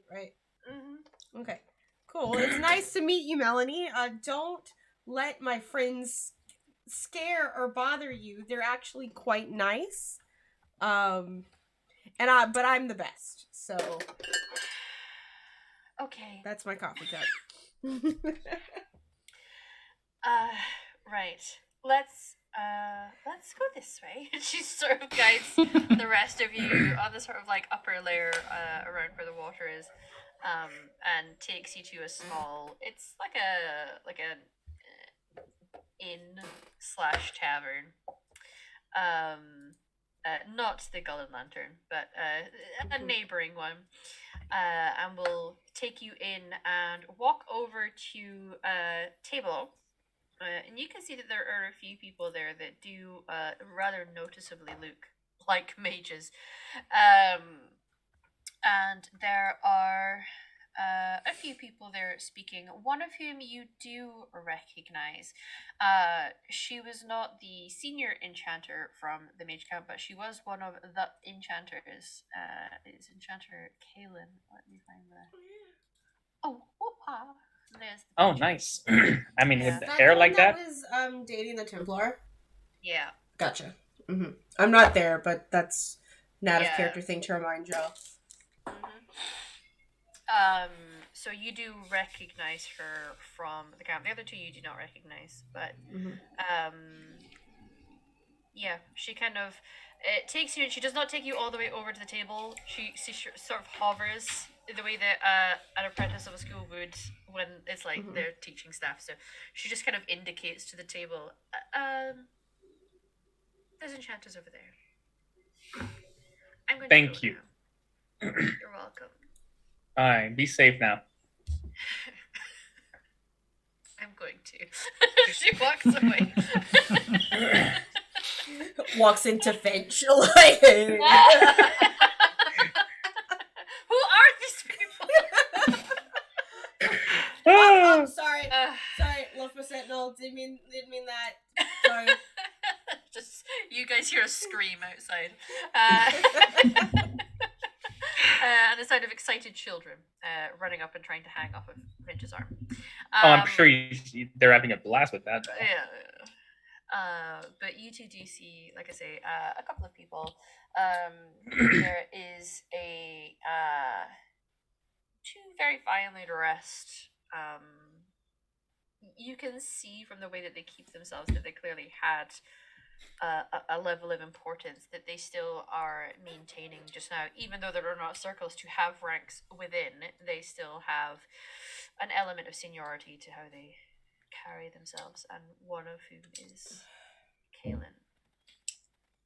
I guess let's go and I want to see introduce ourselves, but make ourselves known. I'm pretty sure they saw me already. Yes, So I'm let's see how her and her people have fared. Yes.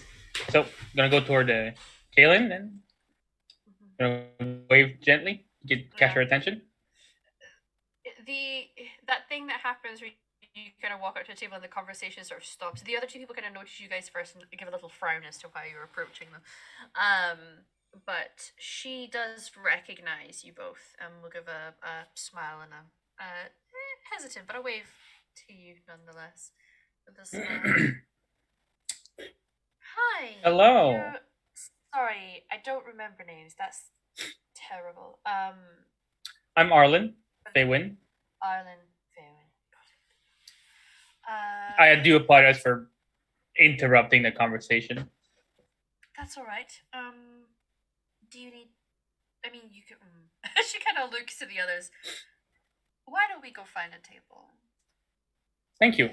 It's gonna be very quick, gents. I say gentlemen. The two men. Okay. Yeah. One's a gentleman. One you're not sure. Okay. I do apologize, my good people.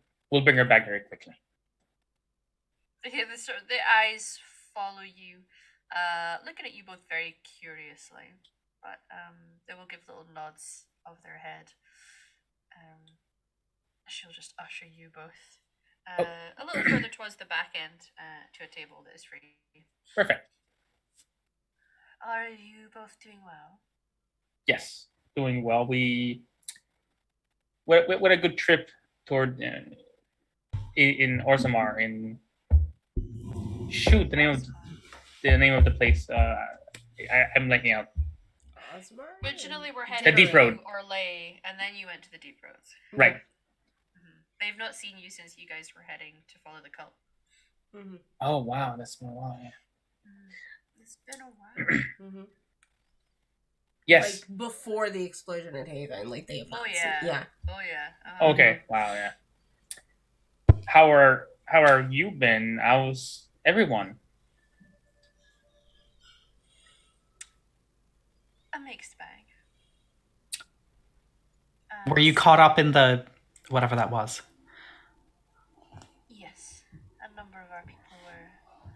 Not all of us. We were not all so important as to be going to the temple, but some were. I was invited to go and declined.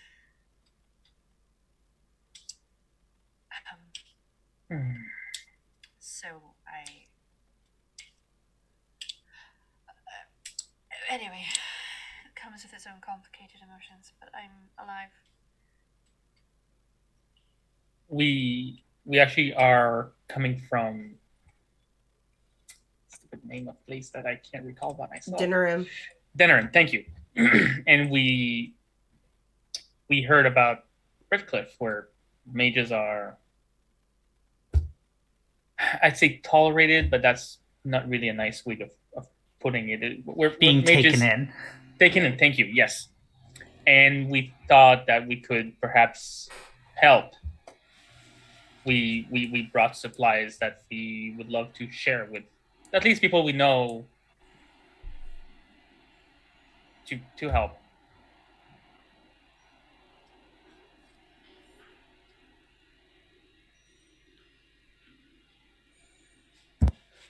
Oh, I can't hear you.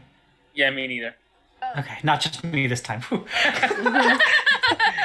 No, I was waiting for. Is it Can me? you hear I me saw. now? Yes, Yeah. yes, we can hear you. Okay.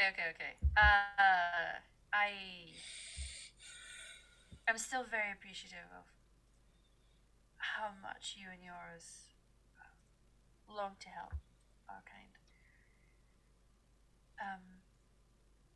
What manner of resources is it? Aside from food, and I believe some clothing, we also have something that perhaps would help mage specifically.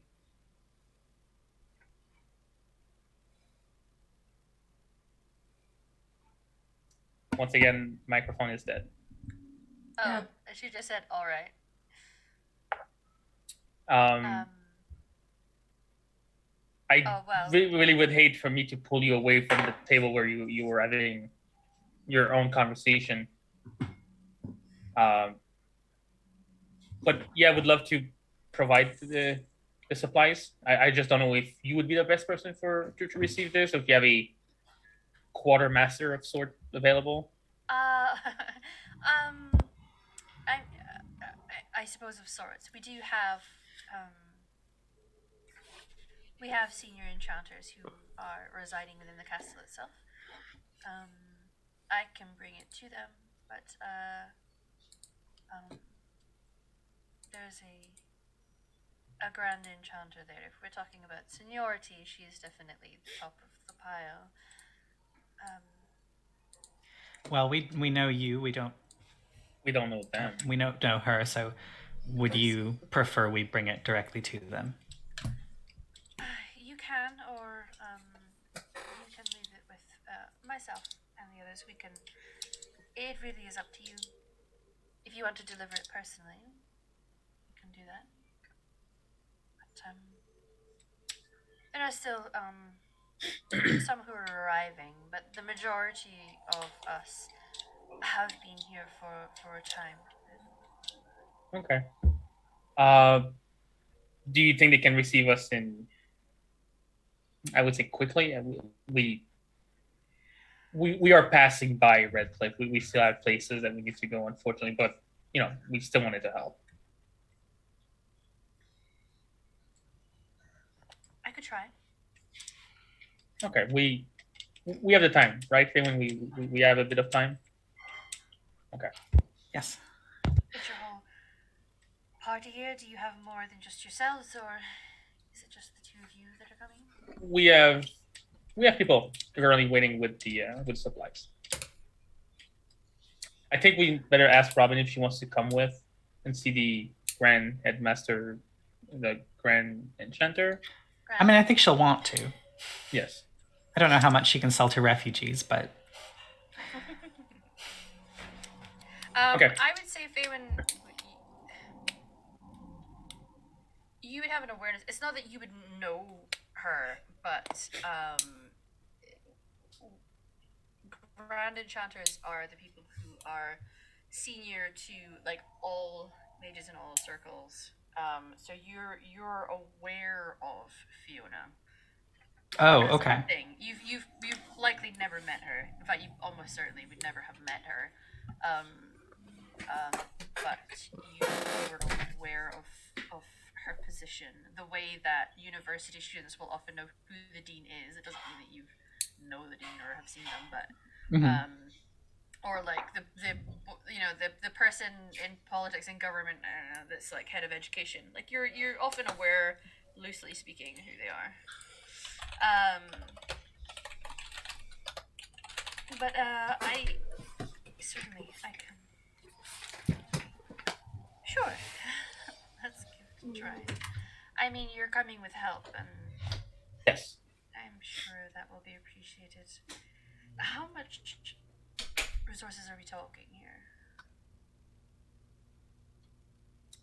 I forgot how many we got. I think it was 5, I believe. 5 potion of lyrium. If it's just 5 potions, that's not an awful lot. I mean, it's nice. It's absolutely a nice gesture, but there's like literally hundreds of mages here. So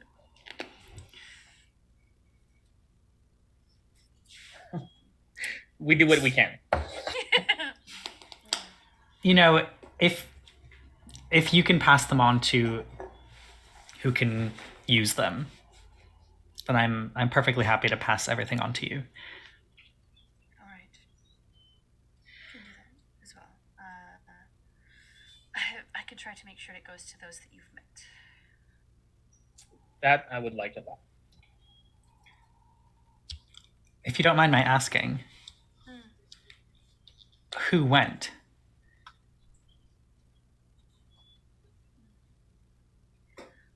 Well, of the people that you know, a senior enchanter, Corliss, you met, she was there when it happened. There was a few people who were in attendance, but the majority of those who were at the camp came here rather than going to the talks.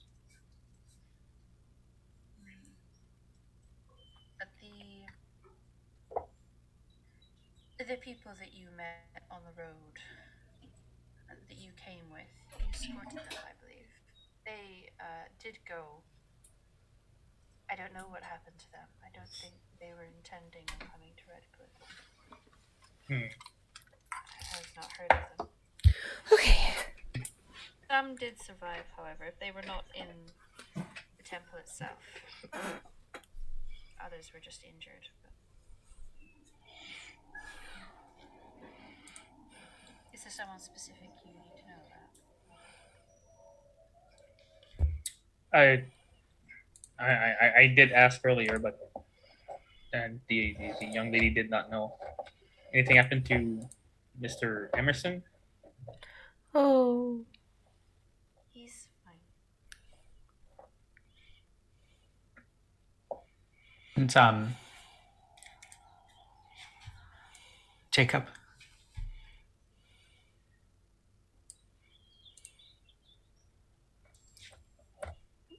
Your mic cut out again.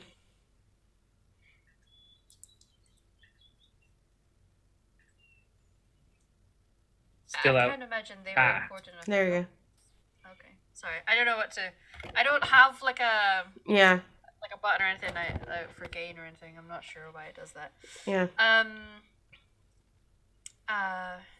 He did go with the people that you escorted, and I have not heard one way or the other. But I can't imagine they were important enough to be in the temple itself. Whether they were injured in the explosion or not, I suppose, is another thing. Okay. Well, thank you.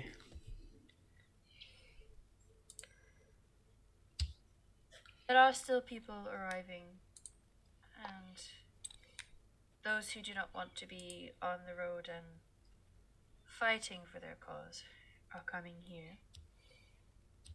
Those who do wish to fight the cause are elsewhere. Somewhere Right. to the south of here, I think, there is a group who are fighting. Perhaps they're there. I imagine he is.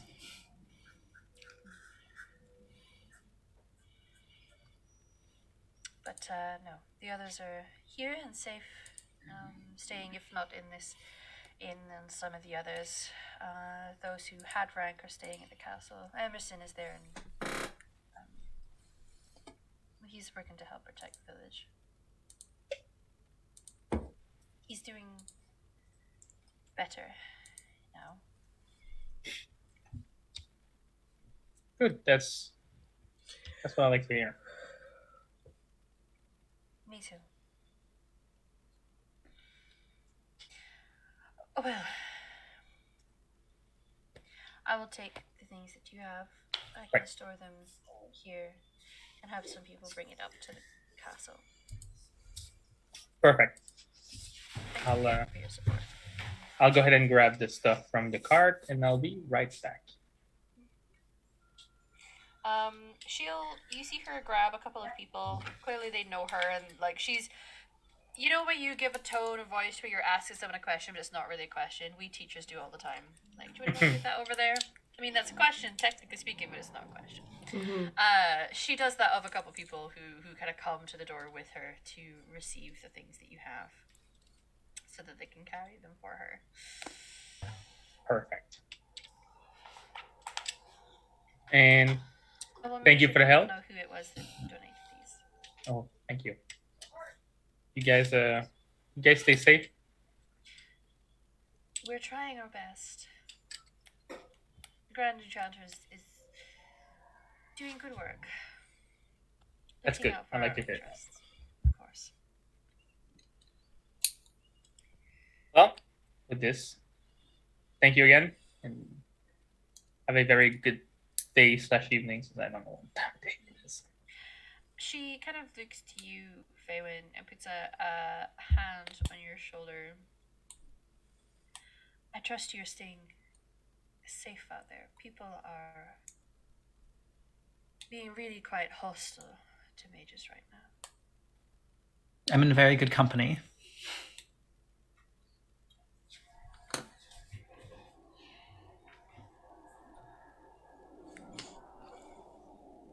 Oh, I can't hear you. Careful on the road. Yes, we will. Thank you. Well, it was good to see you again.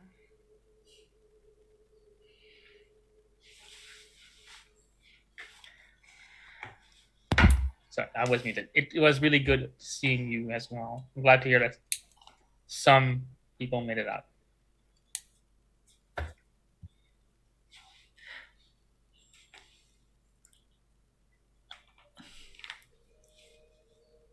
Right, Oh. To go and take things towards the castle.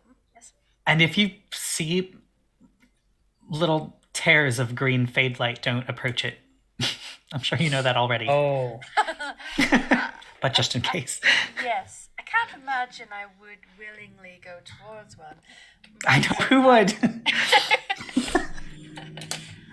We have heard reports of people who have been out on the road encountering them. There's quite a lot littering the surrounding areas, so yes, not pleasant. But apparently there's someone who's helping. They have a means of stopping them. Some say sealing. I'm not sure if that is how it's technically working, but would it be able to seal the big one? I think they're trying or have tried. I'm not sure. We're only getting bits of messages, but Okay, they stopped it growing. that's a step in the right direction. I like that. Yes, it is. So, some have people from the village have made their way up there. Not the mages, of course. Have graciously been given the freedom to stay here, but that is about it. Understood. Yes, there are many who blame us for what happened. I cannot imagine it was mages who did that. Don't know how it could be anyone who did that. Hopefully the truth will come out at some point. Oh, People find any excuse to blame large-scale, unexplained events on those they have vendettas against. So, very true. well, good luck. Thank in your you. endeavors. All right. Have a good evening, or I guess a day. And I'll make my way out. Let's say y'all are having a Midwestern goodbye there. I'm not too familiar with that. You just say goodbye about 4 different times. Yeah. Oh, Yeah. yeah, Layering no. in further conversation and further conversation. Yeah, me and Staya do that all the time. So you're able to head back. Robin, you were heading to find some dwarves. Yeah, I'm very specifically looking for someone that can help me identify the sword, right? It is dwarven and made after all, so I'm assuming with mages here and everything, there's always a weapons dwarf somewhere, but maybe Yeah. finding a weapons and runey type. Like I got some rune and crafting stuff, but I'm just a baby at this, so I'm definitely looking around, and I might know somebody, but I'm like, all right, let's go find out. Come on, Finch. And I'm assuming any dwarf that sees this motherfucker is gonna be impressed. Yeah. I would imagine I'm just like riding on Finch and using them as like a vantage point to like. Yeah. You can see that there are a number of dwarven merchants selling different things. There's a cloth merchant. There's that one guy with the bookstore. There is someone who is selling not just weapons but just general armaments as well. You don't necessarily fully recognize them, but you do recognize that they're part of a family chain of weapon and armor smith. So this is clearly one of the sons of that family. Yeah. So you do know quite familiarly members of this family. So they're probably your best bet from what you've been able to see out here in the stalls. I will mosey on there and then like slide on off and looking super cool.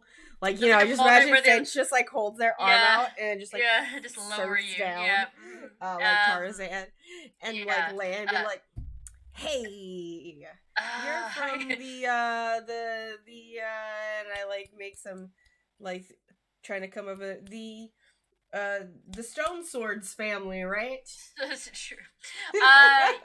Yes, I am. That's you never see one of those outside of the. Right. You know what? We found it on the road, adopted it. Oh, Cadret, Robin Cadret, how's it going?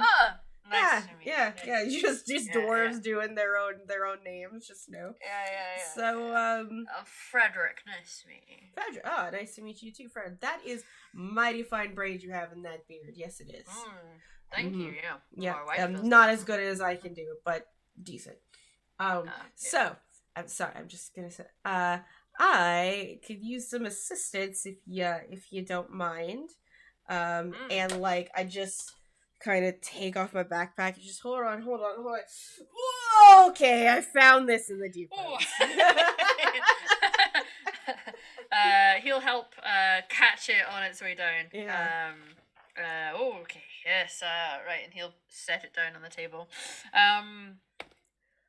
Right. So you found this deep roots, you said.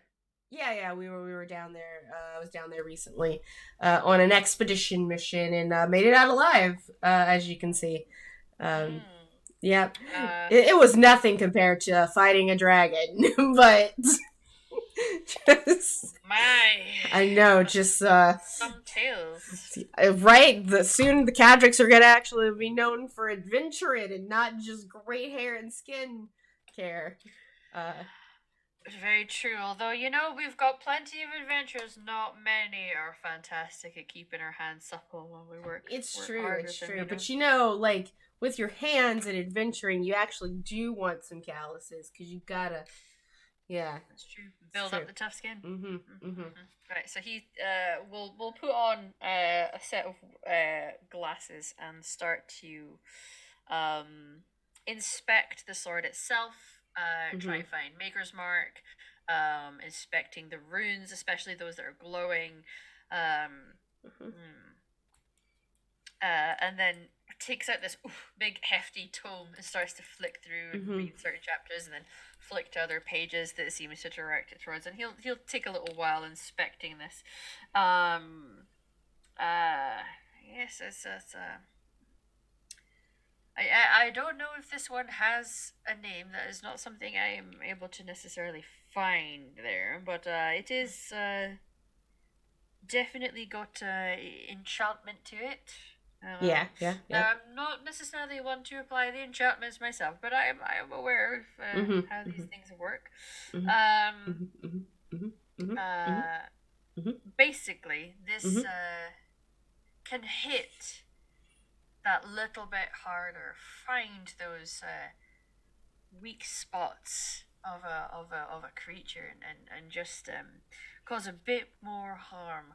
Uh, you have to I think it uses up a, let's call it a charge, Mhm. as it does that.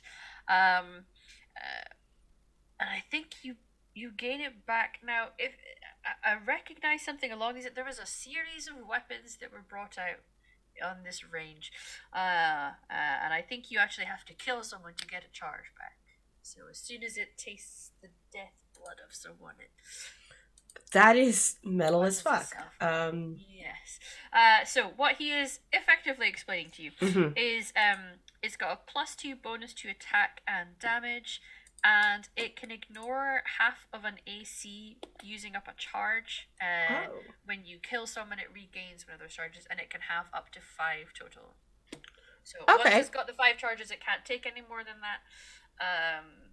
But if you land a killing blow, it regains a charge. But it's a big two-handed sword, so obviously someone who is proficient with two-handers would be Yeah, able yeah, yeah. to. Not me. It's But yeah. wow, that is yeah, I'm unfortunately I'm more of a nimble dwarf. I can But tell that. I can tell. yeah, thanks.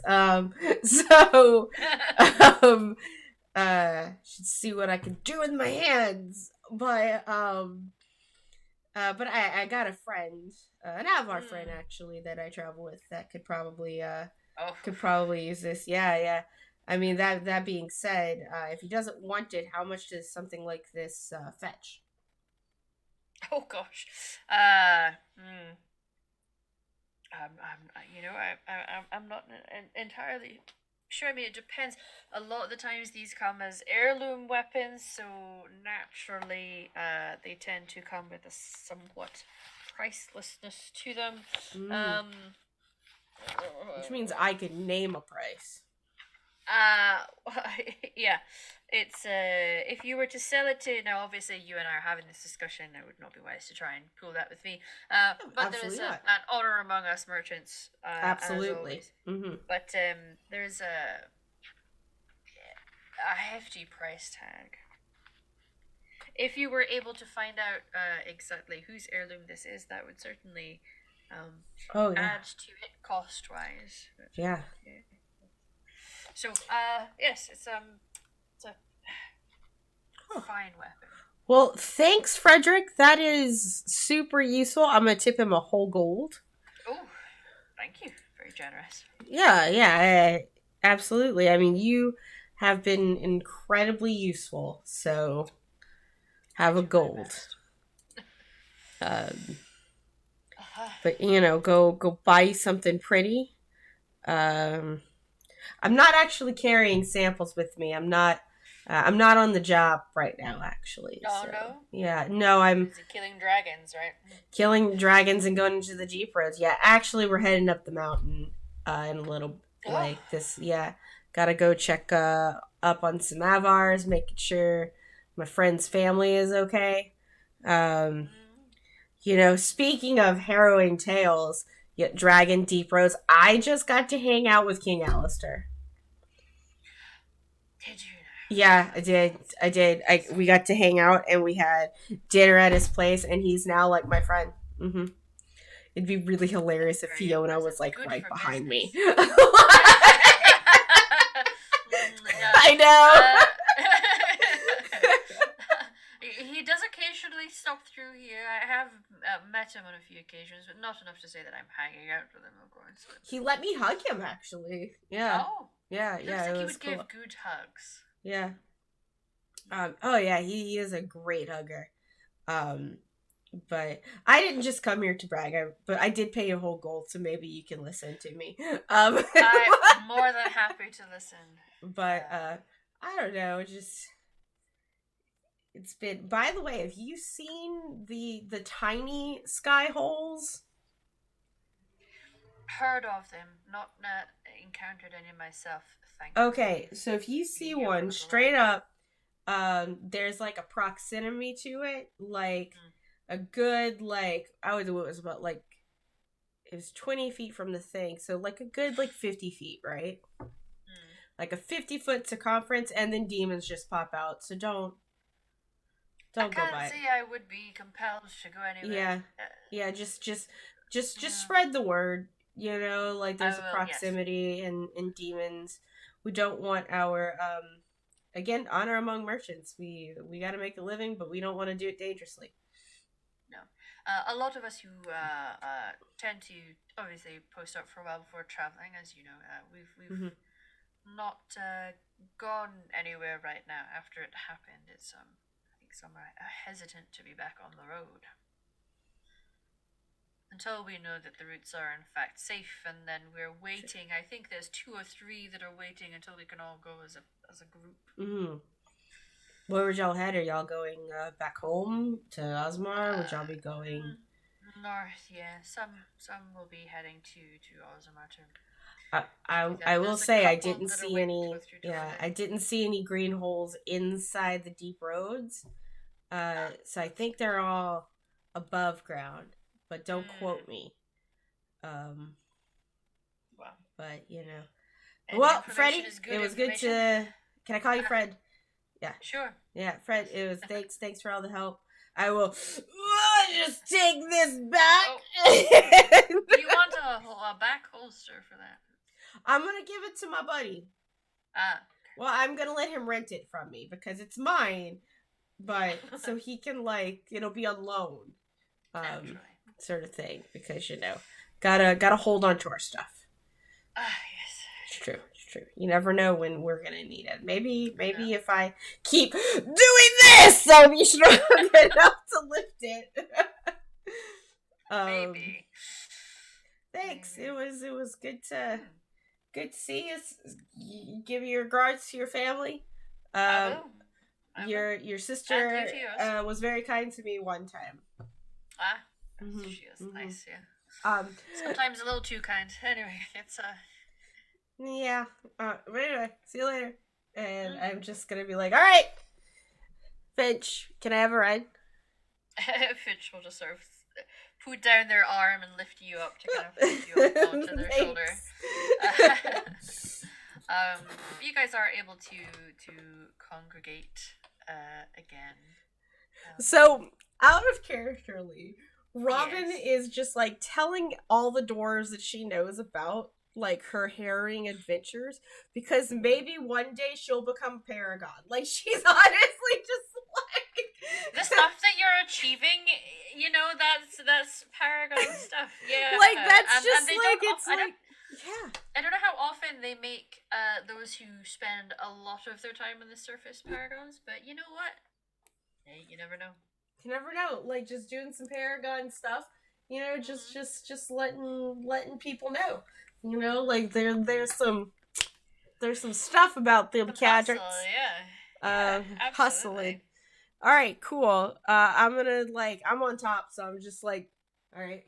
Where's the large mountain man? Eventually, you will see your large mountain man. Oh, hey, Arlen. Oh, here.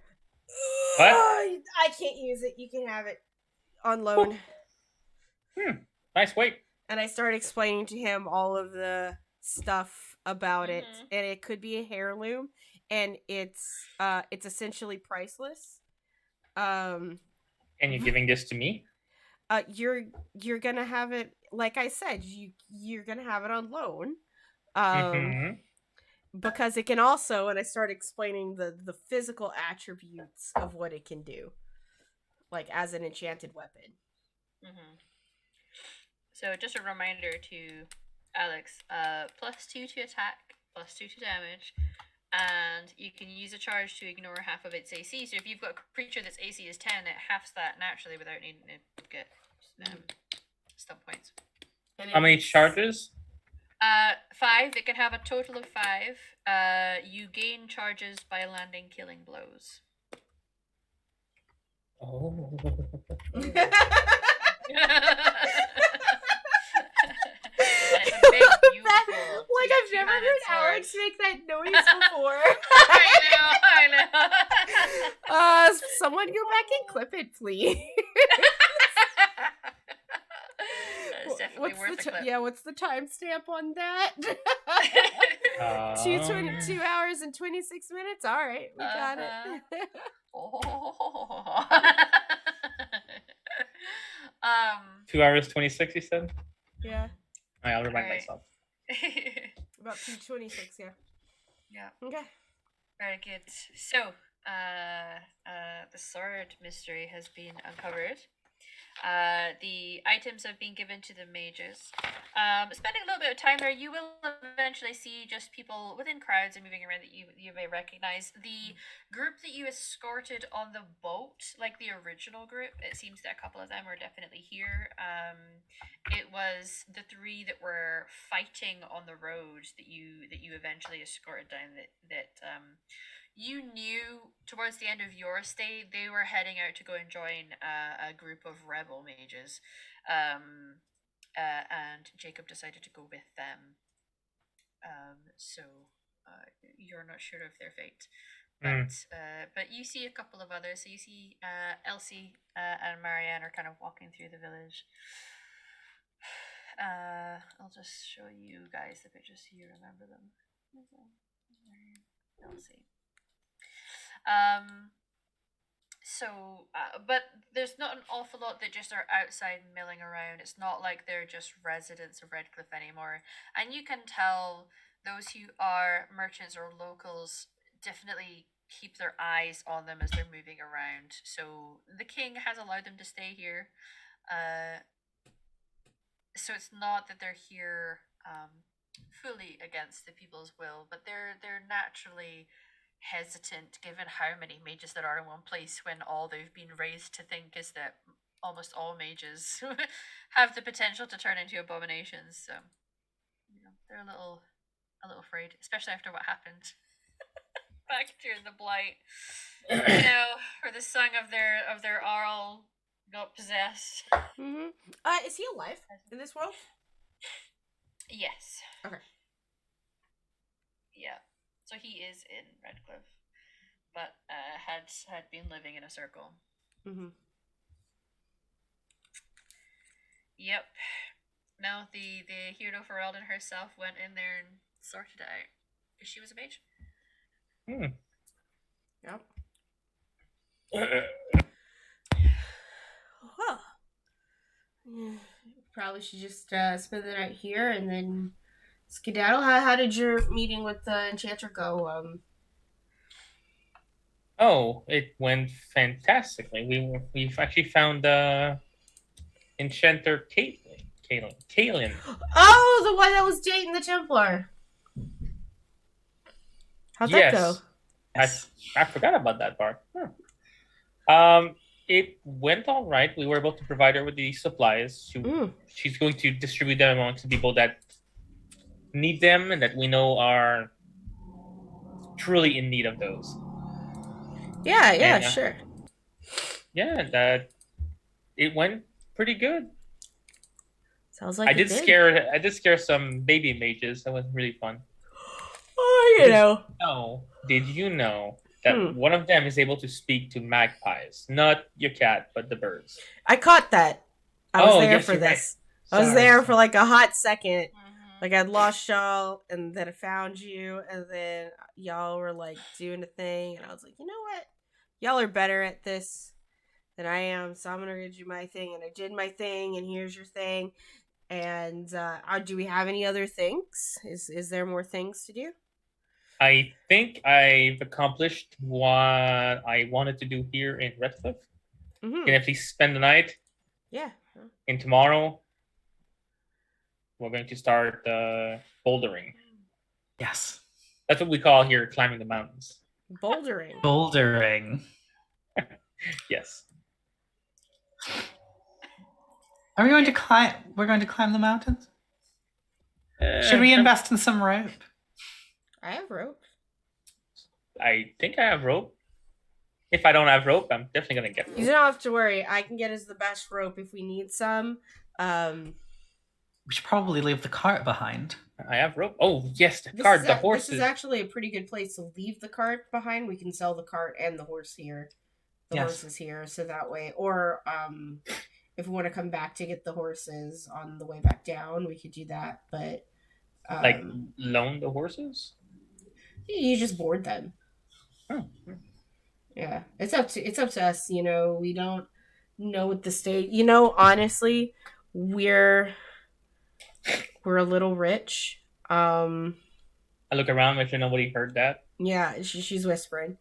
So I just say we just sail the horses in the cart. I'm not emotionally attached to these horses. And I don't want to become emotionally attached to these horses. I don't want to think it's like, oh, get super excited because I get to see my horse when we come down the mountain, and then I don't know all of Red Cliff is full of abominations. Like I'm just saying that you know we don't want to do that to ourselves. So it's probably best we just sell the horses in the cart. Yes, and then we can buy some more when we come back. Yeah, exactly. And you know what? If they're back, if they're still here, we'll just get the same horses. It's fine. Yeah. Yeah. And then become emotionally attached to them. No. Okay. So we don't get emotionally attached to our... Don't get emotionally attached to your horses. No, don't do that. Because if they die, or if you have to eat them... Wait, you lowlanders eat horses? I mean, if you're in a mountain, trapped in the snow... and you're out of food, but you have a horse. Okay, I see your point. Usually we'd go for bears because we would attract the bear. But that was like the thing. If you can't, what happens if you can't find a bear? And I would like to point out, like, bear has parasites most of the time. Oh. Yeah, bear does have parasites in its meat. Horses less so, just because, you know, with domesticated animals, you feed them certain foods and stuff. But like bear, being a carnivore, are most likely to eat something that has a parasite in it, and that's usually how they get their parasites. And you know, Robin knows this because Robin is always traveling and collecting things from animals. So it tracks. Yeah. Well, you know, just a little rangerness in Robin. So I don't recommend eating bear unless you like 100% like fully cook it. I would eat a horse over a bear any day. Okay. Well, Faywin, what's the weirdest thing you've ever eaten? Oh, we starve before we eat our challah, so that would not happen. Yeah, no, absolutely not. Those are absolutely sacred to you. Never would think that. So, but what's the weirdest thing that you've ever eaten?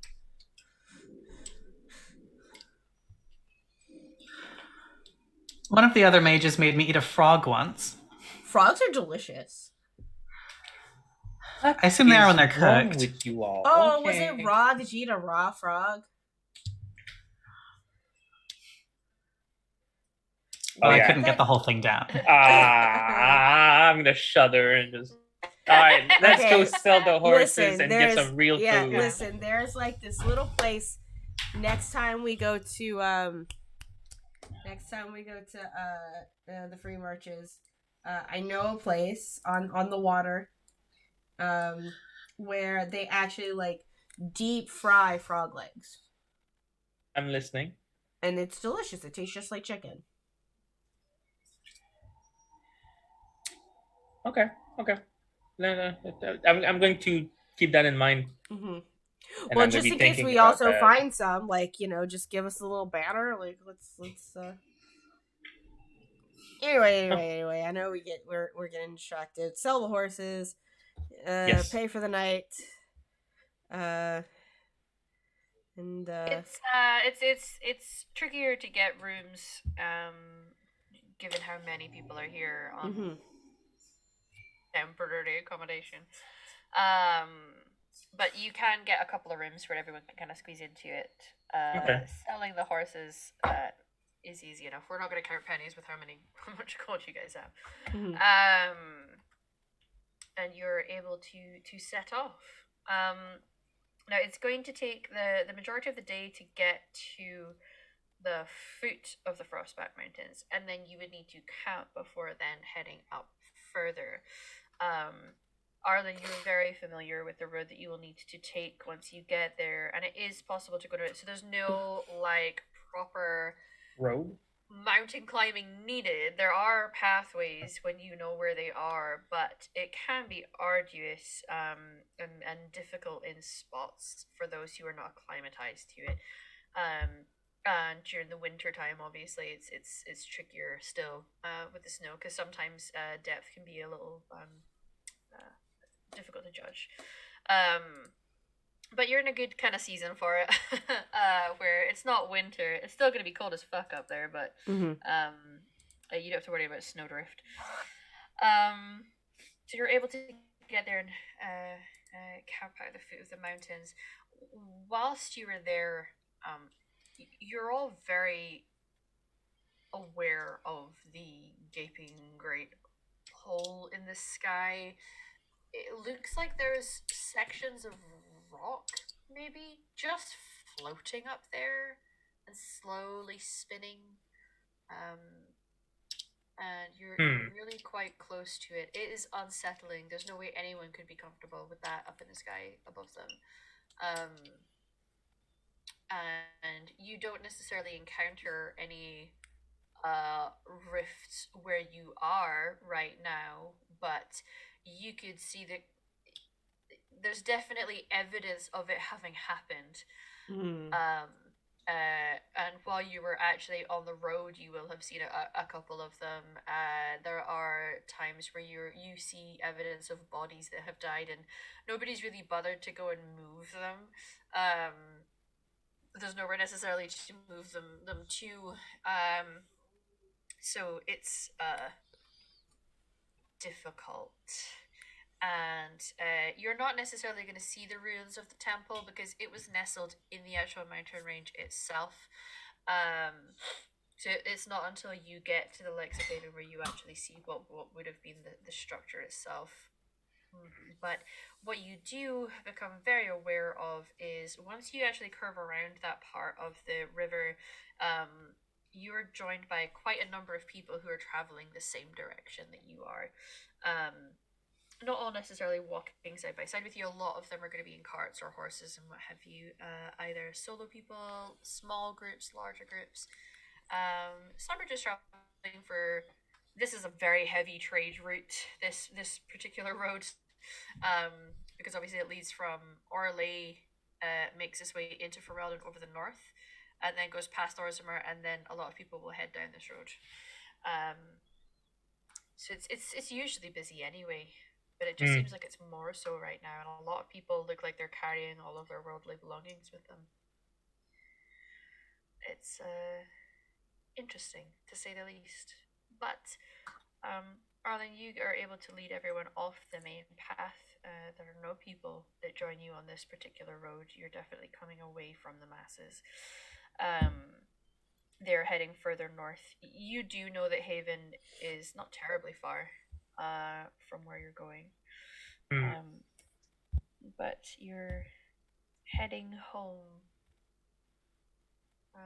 with whatever that comes with. I pick up the pace, but I look still as anxious. It's an anxious pace. Yes, I walk. I'm like just looking around. Whenever we take a break, I fidget a little bit. You know that you're heading to Frostfang's Hold, which is named after the outcrop that surrounds your actual hold space itself, rather than some other holds will name themselves after their hold beast. Yours are just named after the stretch of mountain outcrop that you live near. Okay. So Frostfang Hold is up, nestled, as you start to climb. It's definitely cold. The likes of Faywin, this is going to be tough on you. Although you guys are, I mean, you travel a lot, so you know there's definitely a leg strength that you gain from being very active in that way. But the steep incline, the increasing altitude, the snow that's settling here, it's not something that's particularly familiar to you. And even Robin, like this is not the sort of place that dwarves come to trade. You will trade with. Avar, but they come to you. You don't go to them. We trade with people who got money. Yeah. Well, Hey, the hey, we Avar got specifically, there's a close relationship. I have since, by the way, I want to stand corrected. Last time I told you about Tira de Britax, and I said that her story kind of aligns with Andraste. That's not true. There's a lot of difference. She is someone different, and she was a mage, and she was the first Avar, and her child was actually the father was a dwarf, and she fell in love, but she was in love with a spirit who was the Lady of the Skies. So when she first started the Avar tribe, she'd kind of branched off from the rest of the Alamari who were traveling across the Waking Sea to go and enter the Golden City and seek their riches and what have you. She stayed and went to the Frostbite Mountains instead and started the Avar people. And her first he was a baby daddy, but they weren't together. It was a dwarf, and after that point, like they're very closely related to the point of like proper friends, like all the way back to their original history. They have always traded with each other, and actually, the dwarves are present in Avar folklore. Korth. So we cousins. Yeah, we cousins. That's cool. Basically, yeah. And Twice removed. Yeah. Well, your creation myths. When Korth first made the land, he caused the stone children to come into existence as well. So you believe that Korth is the reason that dwarves exist as well. So we're tight with dwarves because we share a lot. Yeah, your people are like super you tight live on together. top of the mountain, and we're inside the mountain. So we're not lowlanders. We're inside the mountain, and you're on top of the mountain. Yeah, we're your bottoms. Yeah. You two are tight to tight. There's no bad blood at all between your people. But we're mountain people. Anyway, yeah. I just wanted to say that about Tirda because Tirda's fucking cool. Tira's fucking cool. Yeah. At some point, like, I will be feeling, hi, I just experienced some level of altitude sickness in Mexico City, so I understand, like, what you're currently feeling is Robin, how terrible that actually feels. Like, I couldn't imagine, like, having, like, a serious bout of it. At some point, like, I'm just gonna kind of look at Faywin and be like, you doing okay? I'm feeling a little sick. Would you like to ask Finch to maybe like to help you some of the way, just so that you could rest? No, I think I'll be all right. I think I can hold out until we make camp. Okay, see yourself, because I'm gonna have Finch carry me to if it gets bad, I'll take you up on that. Okay, well, just remember to ask Finch. So I will. All right, cool. I'll make sure we take a lot of breaks, by the way, because I know even I at this point I'm not used to this anymore, so I'm gonna need to. You've been away for a while, yeah. Gotta drink a lot of water. That's what I hear, and just like pass it around the water skins. And there's snow, right? Yep. You snack little enough and sugary things. Listen, geology degree. We were up in the mountains quite a lot, and you the sugary snacks a lot, little enough when you're trekking. You're able to pass on some wisdom, Arlen, about how to actually cope with this. But eventually, you seem to stop with the steep inclines, and you head into what is effectively like a little pocket valley, hanging up. It's like a small part. You know what? I'm not going to get into the geography of that, but there's a small hanging valley up here, and what you all see before you is occupied territory. You can see Frostfang's hold. I'm gonna take a second and bask in its glory. Yeah. And I'm simply going to whisper, home.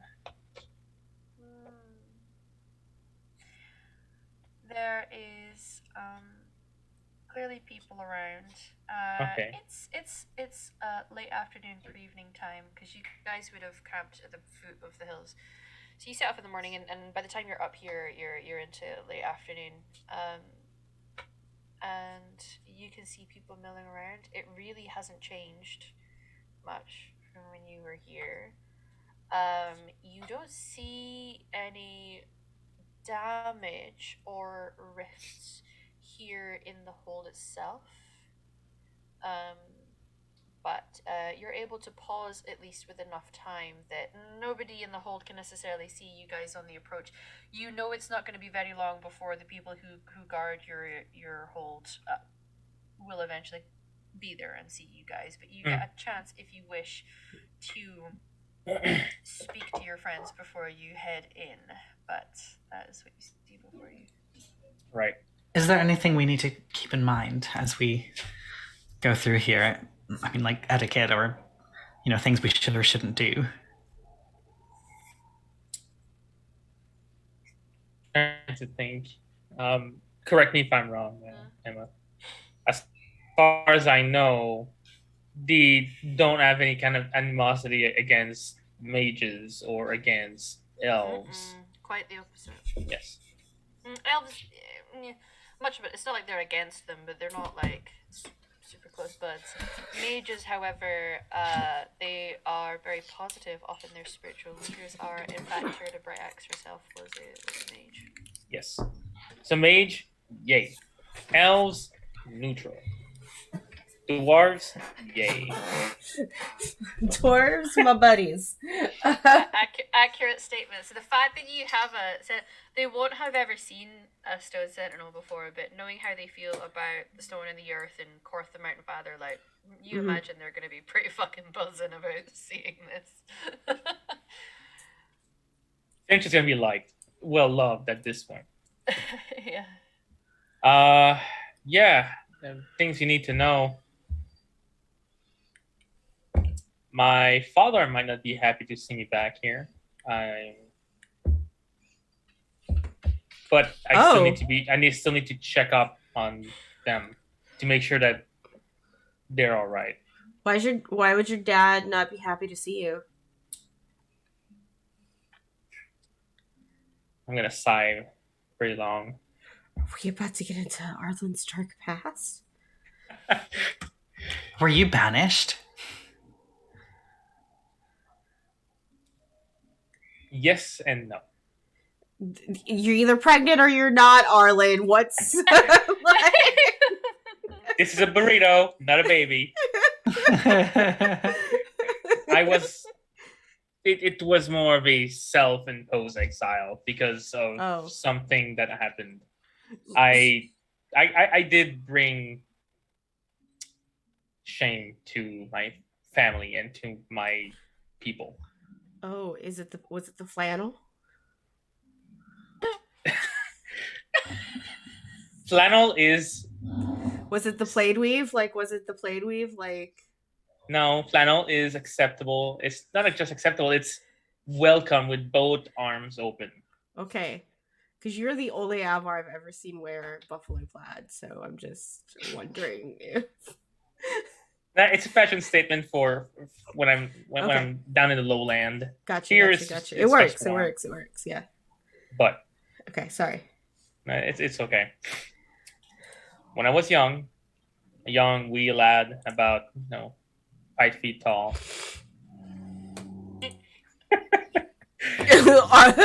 Robin looks at herself. Yeah, young. Nah, I'm kidding. I'm kidding. However, I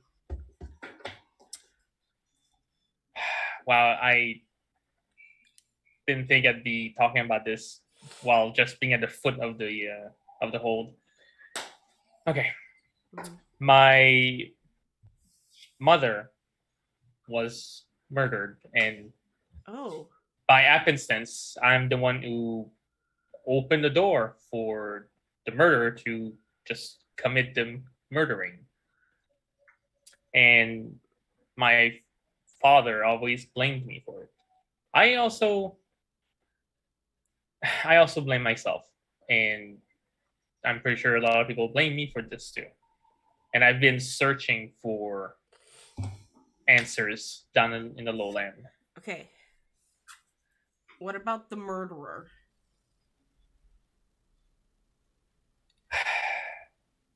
Did y'all It is catch the murderer?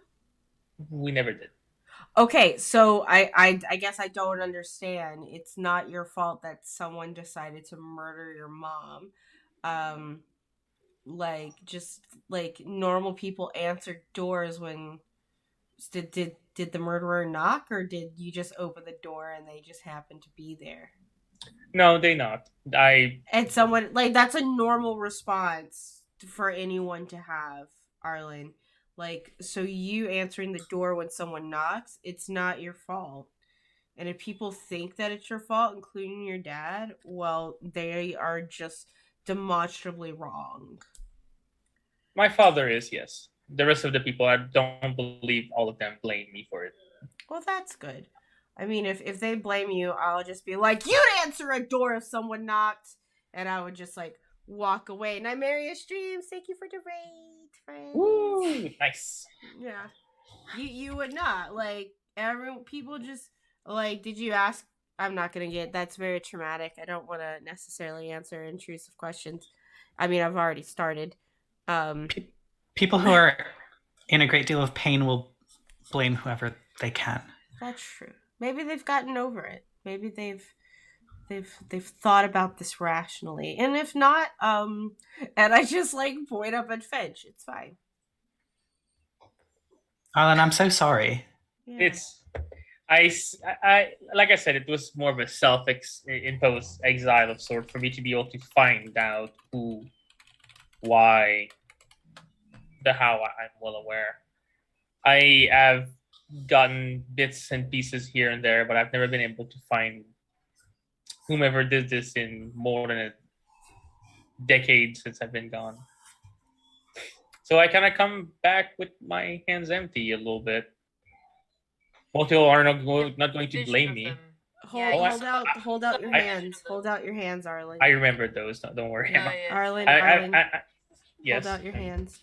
Both hands. Both I'm big gonna paws. jump inside of his arms. Okay, now they're not empty. Aw. I'm gonna give you a big old squeeze. Oh. All right. Do you have a brother? No, but I have a ton of cousins. Okay. Okay, cool. Just asking for me. I'm well aware of what you're asking for. They are going to find you very entertaining. Oh, I obviously. Hold up. The Romeo needs to be inside of this room. Come on, buddy. But yes, Emma, I didn't forget about those visions. I'm Yeah. keeping that apart for now. Well, whatever support you need from us, you know you have it.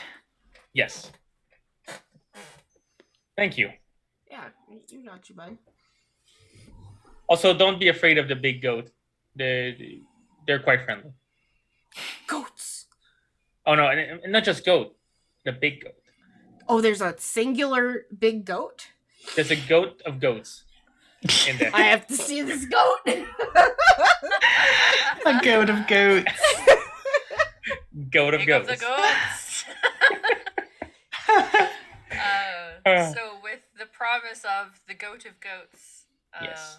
and perhaps uncovering further Arlen's especially dark backstory, you head towards the Frostfang's hold, and you do see a number of people that are at the passageway, the only passageway really to get into the hold. Mhm. A number of people who are stood there wearing traditional Avar dress. It seems that flannel shirts are not the traditional dress here.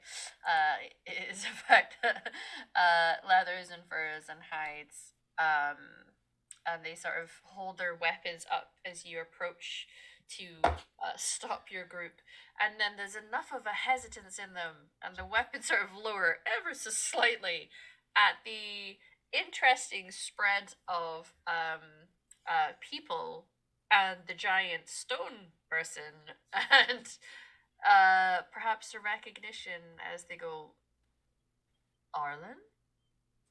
And we'll stop there for the session. Ta-da! We'll pick up with meeting the residents of Frostfang's Hold and the Goat of Goats next week. Ooh, Good job, next everyone. week. All right. Well then, thank you everyone for coming and showing up. It was a great time. It was great to be back in the saddle with this game. We are at our halfway mark for it. So I'm super excited for the remaining, 7 weeks that we got, 6 weeks that we got left to see what's going on with this our village and this haven place and all that good stuff. As far as the rest of the week goes on the channel, tonight at 6 o'clock, so in about an hour and a half, we will be back with our Defiant actual play. The Trail of the Dead. We're in episode 3 of that.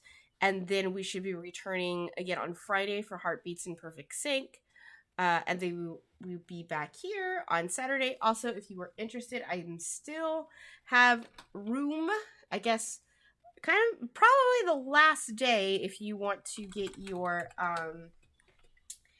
application in. If you go to my casting calls, we're casting for a 5e game where if you're an anime fan and you know what an isekai is, basically your entire university gets isekai'd into a fantasy world and everyone gets to turn into a fantasy version of themselves. So yeah, with that, everyone else, where can we find you on the internet?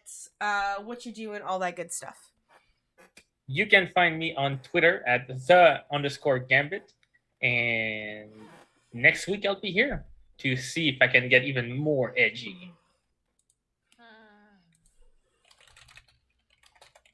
Oh, I am next because Satan's not here. I am Freddie, and you can find me at His Majesty on Twitter or Lewd Alfred on Instagram. I do digital drawings. I'm releasing another batch of free to use icon art that are all tieflings. So keep an eye on my Twitter for that. I'll post it as soon as they're post a link as soon as they're posted up, and you can use them for your TTRPG, your virtual TTRPG if you want. I voted for tieflings. I'm glad that we went with that. I have the previous packs, and I was using them for maps to this game, but obviously they're not all Dragon Age races. They're D&D races. But anyway, go check it out because Freddy is awesome. Hi everyone, I'm Emmer, Hummel on the internet, and at the moment you can just find me here, or at Hummel on Twitter. You can come meet me there as well if you like. That's me for just now until Mask is back. Awesome. And we are not going to raid anyone now. We'll probably wait till tonight to raid. But like I said, if you're interested, come and see us tonight at 6 o'clock for Defiant, which is just more Thirst and Emotions. I have to go to the bathroom. So bye.